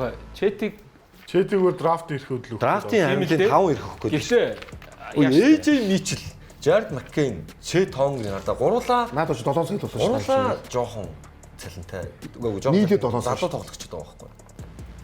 Тэгээ тийм ээ. Нөгөөт чинь Chet чинь 40-тэй. 48. Ингээд 48. Үгүй энэ ингээд 41 байлаа. 2 жил болох нь 41. Тэгээ 41 дээр саяны нөгөө 2 жил 47 сая болж байгаа байхгүй нийтдээ. Нөгөө чи 2.8 4.4 л. За хамгаалтан дээр тэгдэм байж. Товтлогоон дээр л айгүй том гамбл юм да энэ. Боч идэв юм байхгүй. Би бол тэнд бол JW-тэй бол зүгээр боломж. Гэхдээ яг үнэхээр болохгүй бол драфт ирэхэд нэмэлээ шүү дээ. Jalen Williams бол Янстай хамт тоглоход бас тохиромжтой төв байгаа даа тийм. Зураас шиддэг учраас зүгээр энэ дээр зүгээр Янс дахиад 4 номер дээр J-Dub угаасаа өнгөрсөн плей-офф тэр чигээр 4 номер дээр тоглосон шүү. Энэ центр нь хавар хоороодоос намх юм шүү. Харин центр байх хэрэггүй Янс центр рүү ороход л дуусна. Гэхдээ энд Hardenstein-ыг оруулах байгаа юм дээ. Явуулах гэдэг. Hardenstein юу явж тэр өөр юм л дээ. Яг тэр Hardenstein чинь 26 саяын цалинтай тоглогч байхгүй. Янс чинь шээ өрч хоёлоо нийлээ 120 саяг авах болчихно л доо. Тэгэхээр дандаа бутархаа мөнгнүүд л байх хэрэгтэй байна. Би бол яг түрүүнийхээ хэлснээр л байна. Яг ийм амар авраг болсон зүгээр газар 2 тоглогч гарааны нэг 30 он авах боломжтой 2 тоглогч бизнес усан төсвөл тэмцээ зүгээр ёстой зүгээр яг нэг ахаад нэг 15 он авчдаг заяа. Тийм л тоглож ирэхэд гэхдээ зовдөг болчих. Нэг жоохон хуучинсэг үзэл гэж ярьдаг чинь юмыг өөрчлөх дурггүй. Үгүй багийг сольж чинь. Гэтэ эн чинь шинэ баг байхгүй да. Жишээ нь энэ жил яагаад тэгвэл Спурсыг хожоогүй энэ багтгүй энэ багт өөрсдийг одоо шалтгаан болж болно л доо. Нэг жилийн юмар би зөвхөн дүгнэхгүй гэж байна. Энэ чинь 10 жил болсон бол би одоо зөв OKC-д айгүй бол их драфт ирэх ингээд солилцоо 8-нд оруулах айгүй болон боломжийн тоглогч нар байгаа болохоор Янасыг авчирлаа гэдэг нэг буруудах юм байхгүй гэж би бодоод байхгүй. Зөв нэг аюул нь юу гэхээр хараа яг энэ бүрэлдэхүүн заяа. Ирүүл байсан чи эх жил яг ирүүлээрээ заяа. Энэ ирүүл Спурстэй тоглоход хожихгүй юм байна гэж би бол тийм бодолч. Сая 7 тоглолтод Спурс эхний тоглолтын Спурс 7 тоглолтын Спурс шаал өөр баг. Энэ аюул нь нөхгүй. Капын нэг Спурсыг үзэхэд энэ шал өөр баг үзсэн. Нэднгийн баг байгаа. Тийм боос тийм. Өөр байхгүй. Тэгээд дээр нь Спурс одоо сайжрах нь ойлгомжтой. Харин тийм тэр чин аюул нь тэр л. Тийм учраас багаа сайжруулах хэрэгтэй л гэдэг бол зүгээр санал л байхгүй. Би яг танихыг ниццаа, таны наа бодлыг ниццаа, танд өөрсдөд чинь ниццаа. Яг юу гэж ниццаа. Би адилхан бодолтой байгаа. Би харин өөрчлөх гоё жишээ энэ хэлж өгье. Golden State Warriors нэгэн Draymond Green тэр нэг тоглолт хөөснөөс болоод авраг чадаагүй шүү дээ. Тэгсэн чинь Durant-ыг аваад өөрчилсөн мэт. Яг тэгэж өөрчлөх боломж нь OKC-д байгаа байхгүй. Шейг авч үлдээд, J-Dub-ыг авч үлдээд, Янасыг авчих боломж энэ чинь хөөгцөн тоглож байхгүй, хоёр гимцэн тоглож байгаа. Моментум шүү дээ. Үнэ. Тулгааг яг бол яг үнэхээр супер жишээ. Яг тэр чи яг угаасаа хараа KD-гийн юу бол утгагүйсэн. Одоо жишээ нь за наадахтай чи харьцуулах юм бол баг Шей Спурс орж байгаатай ялгааг болчих жоохоо байхгүй юу? Ер нь бол яг тийм ээ. Янасыг авчираад тэр чин хараа батны шидэхгүй зөө бас би зүгээр Янас бол супер амтан. Бид нар л ойр жоохон тоглоог болгоор ойлгож байгаа. Гэхдээ эн чин стил намхан байгаа даа. Ай харт байхгүй, чэт байхгүй бол нуруу нам байхгүй юу? Джейлен Уильямс, нэг Гятад Уильямс ч намхан штэ. Тэ Янасаас намхан байхгүй юу? Центр нь. Тэгэхээр нэгдүгээр тим эрсдэл байгаа. Тэгээд довтлогоон дээр шейтэй яаж тоглох хэсэг нь мэдэхгүй. Хин довтлогооны хоёр дахь хөлбөр байх юм. Тэгээд батны яг шидэхгүй. Яг pure shooter байхгүй. За тэгээд авраг авахгүй бол гол нь тэр чинь суур 6-7 драфт ирэх явуулах гэдэг. OKC-гийн хамгийн том зүйл нь өнөөдөр лаг баг, ирээдүйд ч лаг баг байхаар байхгүй. Тэгэхээр Wemby дээр ингэж over react хийх нь зөв юм уу юм уу? Би бол яг энүүгээр дахиад тоглож үзээд болохгүй бол дахиад өөр юу сонголт хайх хэрэгтэй байхгүй. Би бол яг энүүгээр гээгүй. Энд дээр нэмээд дахиад нэг 15-20 он авчдаг тоглож авчих гэсэн шүү. Бас яг гоо мэдхгүй одоо тэр нь Тобиас Харрис юм уу? За болооч тээ. Дараагүй. Яг Iron Gordon-ыг авуулаа. Яг 5 драфт байрлалын зүг. За тэгвэл од авчрахгүйгээр аль байрлалын сайжруулмаар байгаа. Од авчрахгүйгээр бол чэт сайжрах боломжгүй л дээ. Од авчихгүй бүх үүргийн тоглолт 15 он авчихсан. Одоо бид нар цаг үзэл сэлгээний холбогч биш. Одоо биний зүгээр ийм санал байгаа. Бол андлер хэрэгтэй шүү. Харин ээж юм байж л биш. Зүгээр гимцсэн л бас шүү. Янасыг авахгүй явуулахгүй гарав. Янасыг оронд өөр ямар чэ Томгрен дээр 5 драфтын нэгдүгээр ирэх үгээд 6 ч. Яг хөө тэ AJ Mitchell-ийн хоёрыг бас нэмэх л баг. AJ Mitchell-ийг авахгүй үлдээх үү? AJ Mitchell-ийг үлдээгээл хэвээр нөгөө Wiggins, Kendrick Williams бүгдийг багцлал явуул шүү дээ. За. Тэгэхээр зөв одоо Knicks дээр л харагдах байх. Knicks дээр цуврал дээр заяа. Би бол миний харж байгаа үнцэг Spurs яг одоо чинь OKC-тэй харьцуулах юм бол Spurs нурууны хувьд яг адилхан байгаад байгаа байхгүй юу? Зарим байрал дээр өндөрч байгаа. Тэгээ гол нь илүү бие хүчтэй яваад. Тэгсийг адилхан хурдтай. Бие хүчтэй хурдтай гэж OKC-д юу дутагдаад тэгэхээр бие хүч дутагдж байгаа. Holmgren нь үнэхээр төрхөн байна. Holmgren-ийг яг үндэ Fox хүртэл хамгаалцсан явжсэн шүү дээ.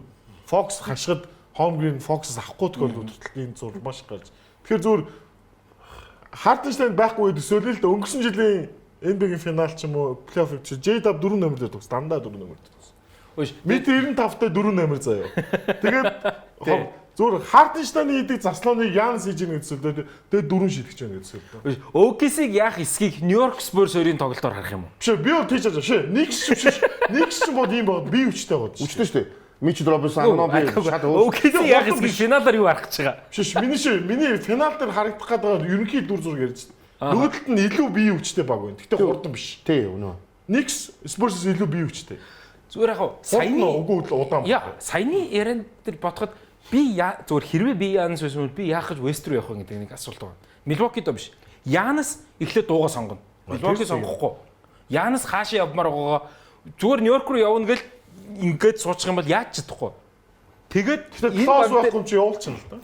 Үгүй. Гэхдээ тэр чин зөрүүлээд нөгөө багууд чин нөгөө плафт штэ. Тэр нэг чип байхгүй болчих штэ. Яг л AD Lakers руу л явна гэл ингээд суудсантай адилхан юм болчихно гэж байна. Тэгэхээр би байсан бол хэрвээ ингээд Нью-Йорктой л зүгээр аятайхан юу игээд тэгээд илүү өрсөлдөөн тэндээс гэх юм болов уу гэж. Тэгэж West би яагаад West руу явах сайн гэж. Нэгт явж байгаа баг нь угаасаа Янстай Янсгүй баг үлрэлийн ингээ аваад явчих хурц чадамжтай баг байна. Хоёр ганцхан Spurs-ус бусд нь бол өрсөлдөгчийг харагдахгүй. West өрсөлдөөнтэй л гээд байгаа. Яг эсэм дээр одоо Houston Rockets, Lakers яг энэ хоёрын төвчний баг юм уу? Яаны сайн баг руу ирэхээ болж байгаа East West хамаагүй шүү дээ. Дэнүртэй 4 тоглол Minnesota-тай 4 тоглол. Уучлаарай одоо л Дэнүрээс дараа жилээс айхгүй шүү. Үгүй хинч айхгүй. Spurs хоёр бол харин OKC Spurs хоёроос тэгтээ ямар ч үгүй бүстэй ч биш угаасаа багийнхаа 28 багаас илүү баг нь болчиход байна. Үгүй одоо тэгээ доороос нь гарч ирж байгаа багууд ч гэсэндээ илүү физикал тоглох байхгүй юу? Тэр яа хинээс айдлах гэдэг юм. Үгүй Янс хинээс өөрөөс нь тэгээ яагаад өрөнд рүү явж болохгүй гэдэг. Үгүй тэр чинь зүгээр бизнес decision бод яг ингээд зүгээр илүү авраг авах шансаа бодох юм бол East-ээс гарч ирж байгаа дүрсэлцэн амраад. За хоёр нэг тал штэ гэх. Би бол зүгээр ингэж энэ жил нэг дэм энэ 101 дэм хармаар. Чэт хэр шарттай юм бэ гэдгийг хармаар. Яг би бас надад дотор бодож лээ. Чэт хэрвээ шарттай бол бидний мэдхийн бүх NBA-ийн тоглогч нар хожигдсон жилийнхаа маргаашнаас нь бэлтгэл тэгээд намар нэг танигдахгүй би одоо анх орж ирсэн зүгээр Янас анх ямар орж ирсэн. Тэр би хаамаач байсан. Ягаад тийм болцсон? Одоо хаа наа чи ийм болчихно. Жим сайн гэж шүү дээ. Маргааштай бэлтгэл хийхээс ч гол нь ер нь бол улирлын 82 тоглолт тэгээд плей-оффын ингээд 20 гаруй тоглолтод ингээ оролцохоор ер нь бол сэтгэл зүйн ямар юм бэ гэдэг байхгүй юу. Тэрнээс бие хүчүүд бүгдээрээ адилхан ядрал хэмжил байж байгаа шүү дээ. Тэгээд 7 дахь тоглолтын дээр тоглох чинь илүү бие хүчгээс илүү энэ толгойд байгаа сэтгэл зүйн хүч нь илүү нөлөөлж байгаа гэж бодлоо. Дээрээс нь Янс Чет хоёрд нэг ийм ялгаа байна. Янс Грект ядуу өссөн байхгүй. Тэгэд ирээд биеийн ингээд бие бэлтэр хөгжих огцон өөрөөс. Четийг Америкт өссөн. Ийм л биетэй мэл. Ийм л өгөгдөлтөө. Гэхдээ үнэ сэтгэл зүйн үнэхээр одоо нэг довтлогоон дээр илүү сайн ажиллах хэрэгтэй байна шүү дээ. Жим дээр одоо яг ингээд довтлогоо offensive game дээр ажиллаж байгаа бүгд хэлж байна л да. Тэг хэр сайн байх нь харъя. Чет бол муу бол биш шүү дээ. All NBA. Гэхдээ болчихгийн масс нэмэх ёстой шүү дээ. Яг мэдээч шүү дээ. Тэгээд нэмж чадах юм уу юу гэдэг ч үү. NBA-ийн шилдэг 15 тоглогч нэг болсон шүү дээ. Тийм. Тэгэхээр энэ зүүн харъя. Тийм учраас би бол Янсыг заавал авах гэж хүчлээд байх хэрэггүй гэж бодож байна. Тийм байж болно. Гэхдээ яг энэ сонирхолтой сэдв болохоор хэдүүлээс. Тийм ээ тэгэлгүй яг уу. Game 7 бас хүссэн хүн болгоны бас гараад сайн тоглоод би тоглолт. Сайн тоглож болно. Game 7 дээр сайн тоглож чаддгүй л. Бас тийм байж магадгүй. Чет чинь ер нь бол зүйдэж байгаа тийм. Драфтлаа 4 дахь хөлрөд жилэн л болохоос шин чинь 3 жил тоглосон. 2 дахь жилдээ шууд авраг болцсон байхгүй. Тэгэхээр бас 100 нэг хөгжүүлээгүй жоохон амарсан байхыг үүсэхгүй юм. Одоо 98 оны бүр түүхийг ухах юм бол Коби интервью шүү дээ. Бүр яг 2 3 дахь жилдээ үнэхээр плей-офф таруу тоглолт үзүүлж ирсэн шүү дээ. Ютагийн эсрэг. Тийм шүү дээ. Нөгөө нэр болдог баг. Тийм 8 оноо дундажлсан шүү дээ. Бүр дундажлсан шүү дээ 8 оноо. Тэгэхээр тэгээд дараа нь яасан бүх цаг үеийн шилдэгүүдийн домог болох боломж байгаа шүү дээ зөндөө. Тийм ээ тийм. За энэ сэдв аягүй гоё. Яг Вембаньяма гэж тоглож тэр үед байхгүй байсан. Зугаа. Коби Вембитэй яа Янсыг авчих гэдэг нь ерөөсөө хариулт нь Вемби л. Вемби дээр Янас нэлээд эвгүй хамгаалах боломжтой байх магадaltaй байхгүй 20 хэдэн жил. Тэн сая тэр Вембиг харж тэр нэг юм жавжруугаа өгчөө тэр 345-аас нэг юм зууралцсан катн дээр бөмбөг авчаад бараг өсөхгүйгээр тэр хомгрыг багтаа. Ийм үйл юм бэлтэр. Би хэлээд тааштай гэрийнхээ шийднээр л харсаа. Яг байшин дотор байдаг шийдэнд харсаа. Ёстой ганцын үний юм билээ. Хэрвээ Вемби ийм байх юм бол Жамал Мөрөө баг юм финалийн MVP авахгүй юм биш үү? 20 хэдэн жил хэцүү юм биш үү? Жамал Мөрөө яаж авах вэ? Одоо Жамал Мөрөө хэдэн жил үлдсэн бэ? Жамал Мөрөө бодох хэрэгтэй. Вембитэй яаж финалийн MVP авах вэ? Суулаацлахгүй гэдэг. Энэ жил авах байсан юм да гэдэг. Тэгээ Багденс эсрэг 8 оноо авч байгаа авахгүй шүү Жамалаа. Тий.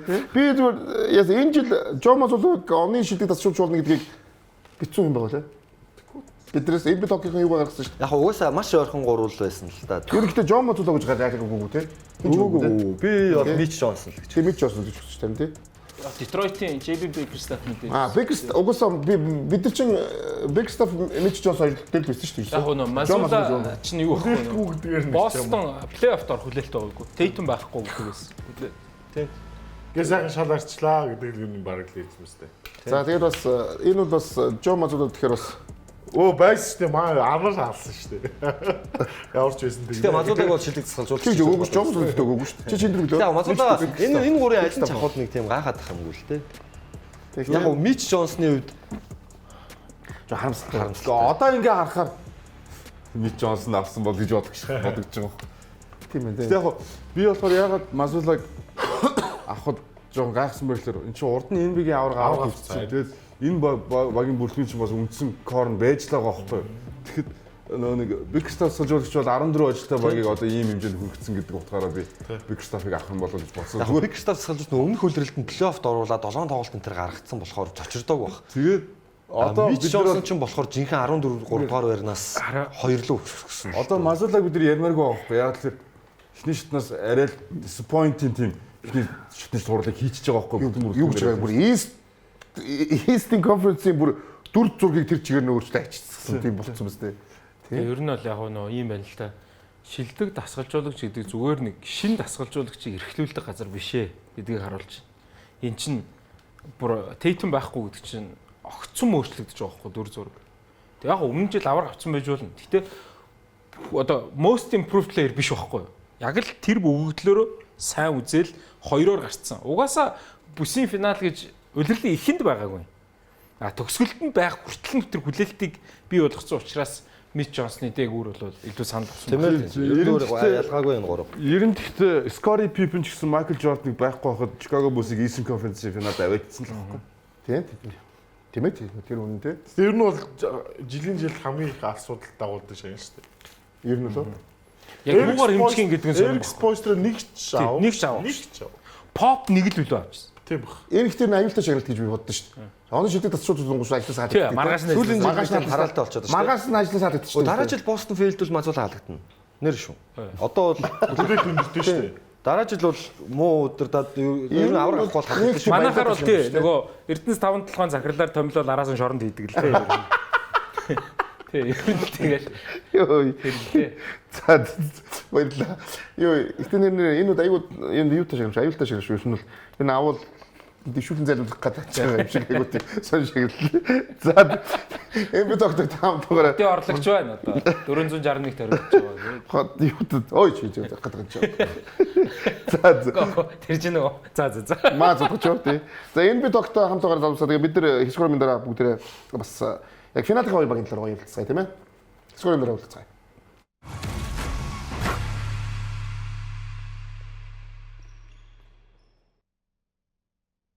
Нэвтрүүлгийн Platinum Event тэтгэгч Ultra Cool, Ultra Smooth, Singur Ultra.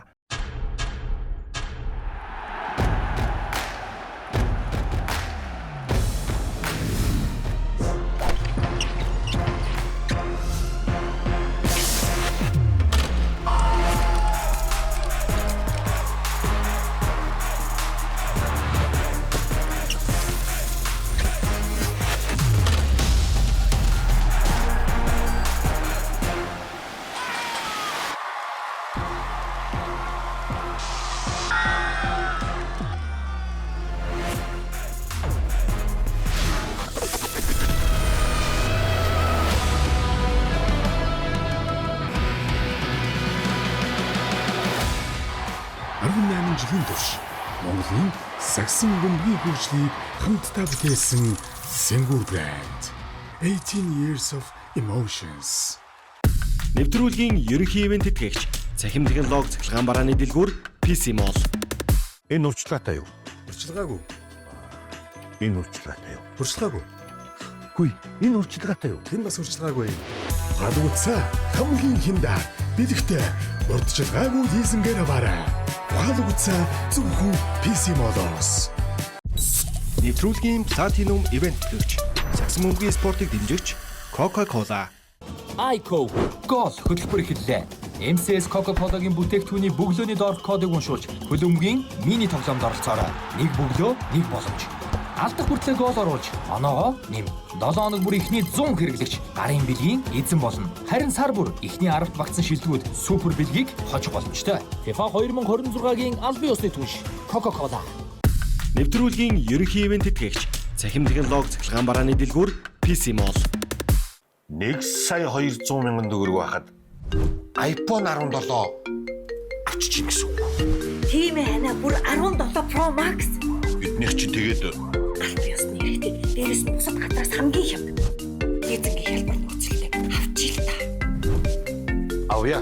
Урьдчилгаа 20% төлөөд хамгийн хялбар лизингээр iPhone 17 тавуулаарай. PC Mall 7575 35 35. Нэвтрүүлгийн Platinum Event тэтгэгч Ultra Cool, Ultra Smooth, Singur Ultra.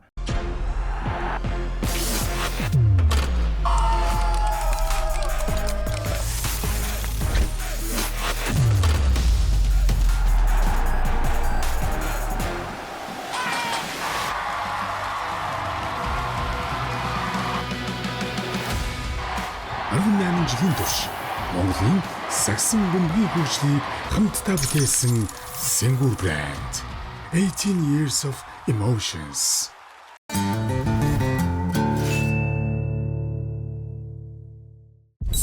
Нэвтрүүлгийн Platinum Event тэтгэгч сагсан бөмбөгийн спортыг дэмжигч Coca-Cola. iCo гол хөтөлбөр эхэллээ.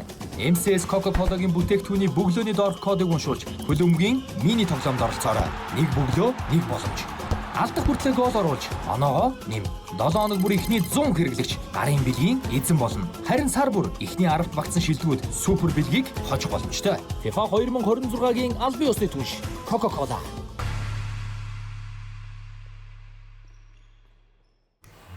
За энэ доктор бүгдэд баярлалаа. Тэгээд удирдлагын 37 дахь дугаар та бүхэнд хүрж байгаа. Нэвтрүүлгийн Platinum тэтгэгч үндэсний дээдлийн албан ёсны Токиога. Тэгээд тоглолтын хуваачтаас зөвхөн Токиогоос та бүхэн хараарай.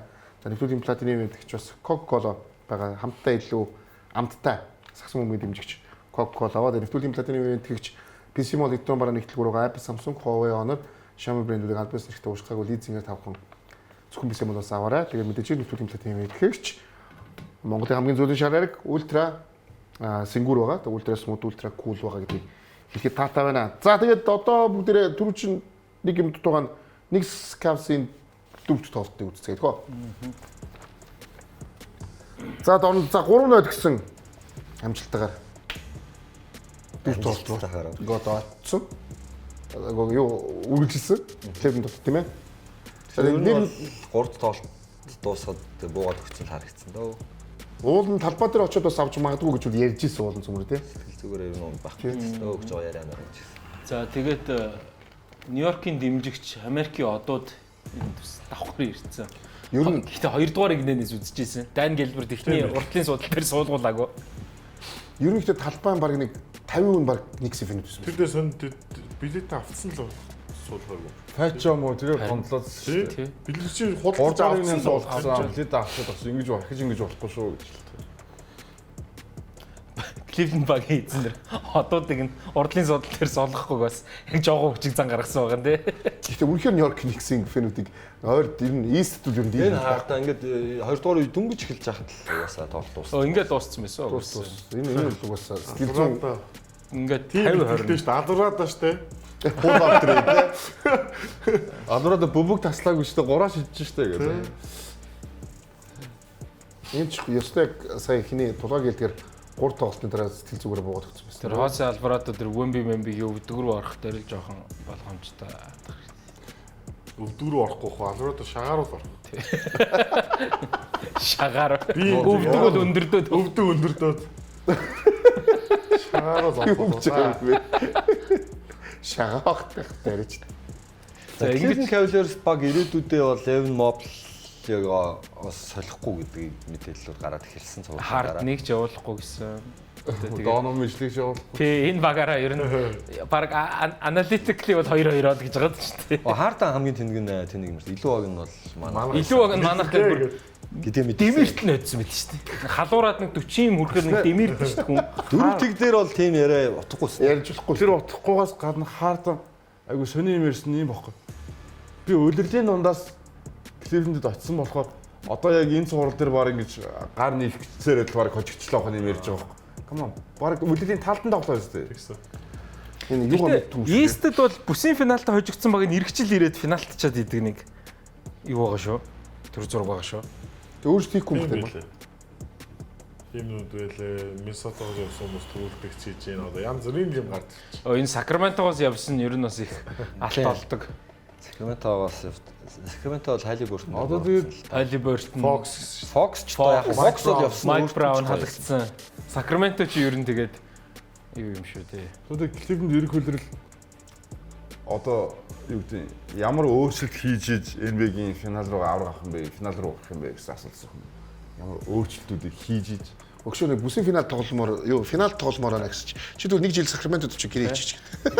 Сакраменто ч манай нэг найзтай үерхсэн охтууд дандаа заяаны хантай уулзраад идэг гэсэн. Сакраменто яг Сакраменто тоглоод финалдад идэг нэг тийм амжилт болдог тийм л баг болчиход байна л да. Тэгвэл Westbrook-ийг авах юм. Cavs одоо тийм мэдгүй. Жard хэрэв Mobley явуулахгүй бол одоо Jard даалныг сайжруулах ч юм уу. Тийм дүр зураг авах. Яг одоо энэ хоёр хослоо. Одоо Mobley идчихэл болж байгаа. 5 баг 5 болчихлоо. Тэр Jard даал одоо хизээч ирсэн. Тэр хамт л ирсэн мэт бүгднээс. Тэр зөв миний зөв нэг тийм бодол байг. Тэгэл юм 2 дугаар төвшнөл баг л юм биш үү? Плей-оффд ороод нэг цуврал хожин тэгэл эргэжил бүр хэцүү л болно доо. Бүр хэцүү болж штэ. Бостон ороод ирнэ штэ. Тэгнь. Дахиад Бостон бол Tatum энэ жил ганц цоорхон л байх шиг байх штэ. За бүгд нэг хүмүүс Cavs Орландо Детройт хоёр айгүй бол зөрнө. Детройт бол сайжирна. Тэгнь. Детройт бол зүр харин итгэн тобой сарсаар содох хэрэгтэй байна штэ. Сайжирна. За Cavs гэр ирж Индиана ороод ирнэ Халибурт. Индиана эвгүй орж ирнэ.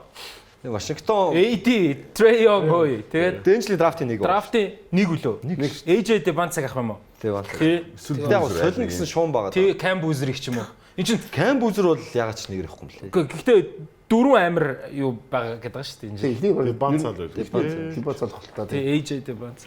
За тэгэхээр тэр нь угаасаа Cavs-ын талаар мэдээлэл гарсан ер нь даа юу Cavs яах вэ? За Harden бол өөр бодлоо байгаа юм. Мэддэг яах юм. Harden өөр бодлоо байна. Та нар яг ямар Harden зүгээр дахиж нэг жил үлдэхэл бодож тийм ярьж байгаа шүү дээ. Тийм ер нь Harden явуулах л хэвээр. Ер нь явуулчих байх гэж бод. Явуулах ёстой тийм үү? Явах ёстой. Harden ер нь одоо ер нь жоох хэцүү л болж байгаа. Яа мэжлийн хажууд одоо ер нь аврал шуун баг авах уу? Үгүй цэдлэн хэд байгаа лээ? 50 хэдэн сая. Тэр чи яах вэ? Ахаа байгаа. Нөгөө 50 хэдэн сая авах шүү. Тийм 40 40 50 гарцсан баха. 50 авчихсан юм уу? Тэгэхээр чинь тий тэр чинь контрактын сүүлд чинь нэмэгдэж байгаа. Тэгээд тэгэхэр чи яг нөгөө яг Вашингтон шиг нөгөө цайлан ингэж өөр дөр хог цуглуулдаг баг хэрэгтэй болно. Тэгээ тим амбицтай гэх хаана вэ? Аврал шүлэг баг Harden авахгүй. Ер нь сүүлийн хэдэн жил бүтлгүүтлүүдийн дандаа л харлаа шүү дээ. Одоо ер нь чи амаржгийн эснэр тэгээд их сайхан байд юм аа. Тэгэл адилхан байдаг гэдэг шиг. Бүх эпизод ингэж л төгөө. Ялангуяа ингээд олон тоглолт Монголд хожигдчихгүй ингээд шүүрдүүлж мөрдүүлээд өрсөлдөөнгөө болсон байна. За гэхдээ Cavs-ийн түүхүүд яг тийм байна. Яг сатайд өвний юм. Игчилчин өрсөлдөөн чин шал өрөвч шүү дээ. Яахчгүй нэрэ. Хайчихгүй. Плей-офф орлооч яахчгүй. Бостон яг Бостон гараад ирнэ, бусдууд нь чангараад ихлэн. Индианаг бол санаж ийн одоо Халибуртэнтэй Индиана. Оо, Чарлот амар болж байгаа. Чарлот плей-офф руу сайжин бас тийм. Ер нь бүгдээрээ сайжин. Залуу тоглогч дуулам сайжин. Атланта ч гэсэн. Атлантагоо Детройт сая төгсгөлд Трианыг явуулаад өөрчлөгцсөн. Одоо бүр ингээд шинээр үлрэлийг эхлүүлнэ шүү дээ. Ярих юм бол бүгд л сайжирна л да. Яг уу Атланта шүү дээ. Бруклин бол эрхчлэлтэй сайжрахгүй хаа унаа шүү дээ. Phoenix нэг Bubble-ийн тэр жил нэг амар төгсгсөн шүү дээ. 7 дарааж хожиж мэж. Тэгээд явсаар аваад эрхчлэн тэр моментумоор тэр чигтээ финалдсан шүү дээ. Атланта яг тийм моментумтэй явж байгаа. Ингээ болоо Атланта. Яг уу тийм нодин ч гэсэн бид нэр Сан Антонио болоо. Атлантад яг номер 1 лидер нь бас жоохон эргэлзээтэй л дээ. Яг одоо ер нь багуудыг болоогүй чирээд аврагын төвчний ор чадвар яг мөн үү гэдэг жоохон эргэлзээтэй л дээ. Би бол Чарлотыг бол Кейд Мэйд шиг онцгой биш л байгаа тал. За ямар ч гэсэн Никс одоо баяр хүрэх ёстой. Никсийн фэнүүдэд баяр хүрэх ёстой. Энэ бол 27 жил хүлээсэн финал, тийм ээ? Тийм. За тэгээд дээрэс нь түүх давтагдсан 2 түүх давтагдлаа. Нэг нь энэ жилийн түүх давтагдлаа. NBA Cup-ын түүх давтагдлаа, тийм? Нэгс энэ хоёр баг хамтдаа Cup төсөлдөөд тэр тухайн жилийнхаа финал төсөлж байгаа анхны тохиолдол. За, Cup гэсэн. Нөгөөх нь 1999 он буюу 27 жилийн өмнө яг энэ хоёр баг хоорондоо финал тоглож ирсэн. Локауттай жил. энэ түүх давтагдаж байна, тийм ээ? Тэгэхээр энийг бид ярих хэрэгтэй. За харамсалтай гэх юм бол нөгөө түрүүний нөгөө яг тулгааг ярьсан нөгөө бэртэл гимтлээс болоод яадаг уу гэдгийг яг энэ дээр ярих хэрэгтэй. Патрик Ewing буюу багийн номер 1 тоглогч нь өмнөх цуврал дээр бүсийн финал дээр бэлтээд тэгээд финал дээр тоглоог юм шүү дээ. Тийм болохоор энэ бол одоо өрсөлдөөнгүй цуврал буюу 4-0 шүд үс 4-1 тий 4-1 болсон. 4-0 үстэй. 1-1 үү. Энэ чинь энэ үеийн финал чинь 2-3-2 гэдэг форматтай шүү дээ. Тэгээд Garden дууссан эхний тоглолт дээр 1 сууж чинь. Тэгээд 2 хожигдоод 1 хожоод 2 гэж. Ааха. Энэ цувралыг миний амьдралдаа үзсэн хамгийн олон үзсэн плей-оффын цуврал, финалийн цуврал. Манай хэрд энэ DVD нээд бүх тоглолт. Тийм. Өөр үзэх юм байдгүй байлаа. Үзэх юм байдгүй 99. За хоёр бүсийн шилдэг тоглогчид бид бас зарлах хэрэгтэй. Нэг нь Wemby болсон бол нөгөө талаас Jalen Brunson болсон тийм ээ. Одоо Яш баг 1 метрийн зураг байна. Тийм шүү дээ. Зурүүр хорд. Нэг нь хамгийн урд чигмэн жижигэн тоглож, нэг нь хамгийн өндөр тоглож. 1 метрийн зурагтай байгаа. Яа явж байна. За тэгээд нөгөө бид нар ярьсан энэ лигт нөгөө New York Knicks гэдэг баг уул ингэ сайн тоглох нь ашигтай юм аа тий. Хэрэгтэй юм аа. Фэнүүд нь ямар аимшигтай байд юм бэ тий. New York гэдэг хот ямар том зах зээл байд юм бэ гэдгийг бид маш олон юмнаас харж байна. Энэс бүгд зүгээр ярилцаа явчих гоо. New York Knicks энэ жил бас энэ баг түүхэн юун дээр очиж байгаа шиг байна. Хамгийн эхэлж ярих юм бид нар давхар дээр нөгөө билетүүдийг ярмаар байна. Өнөөдөр түрүүн бид нар харлаа.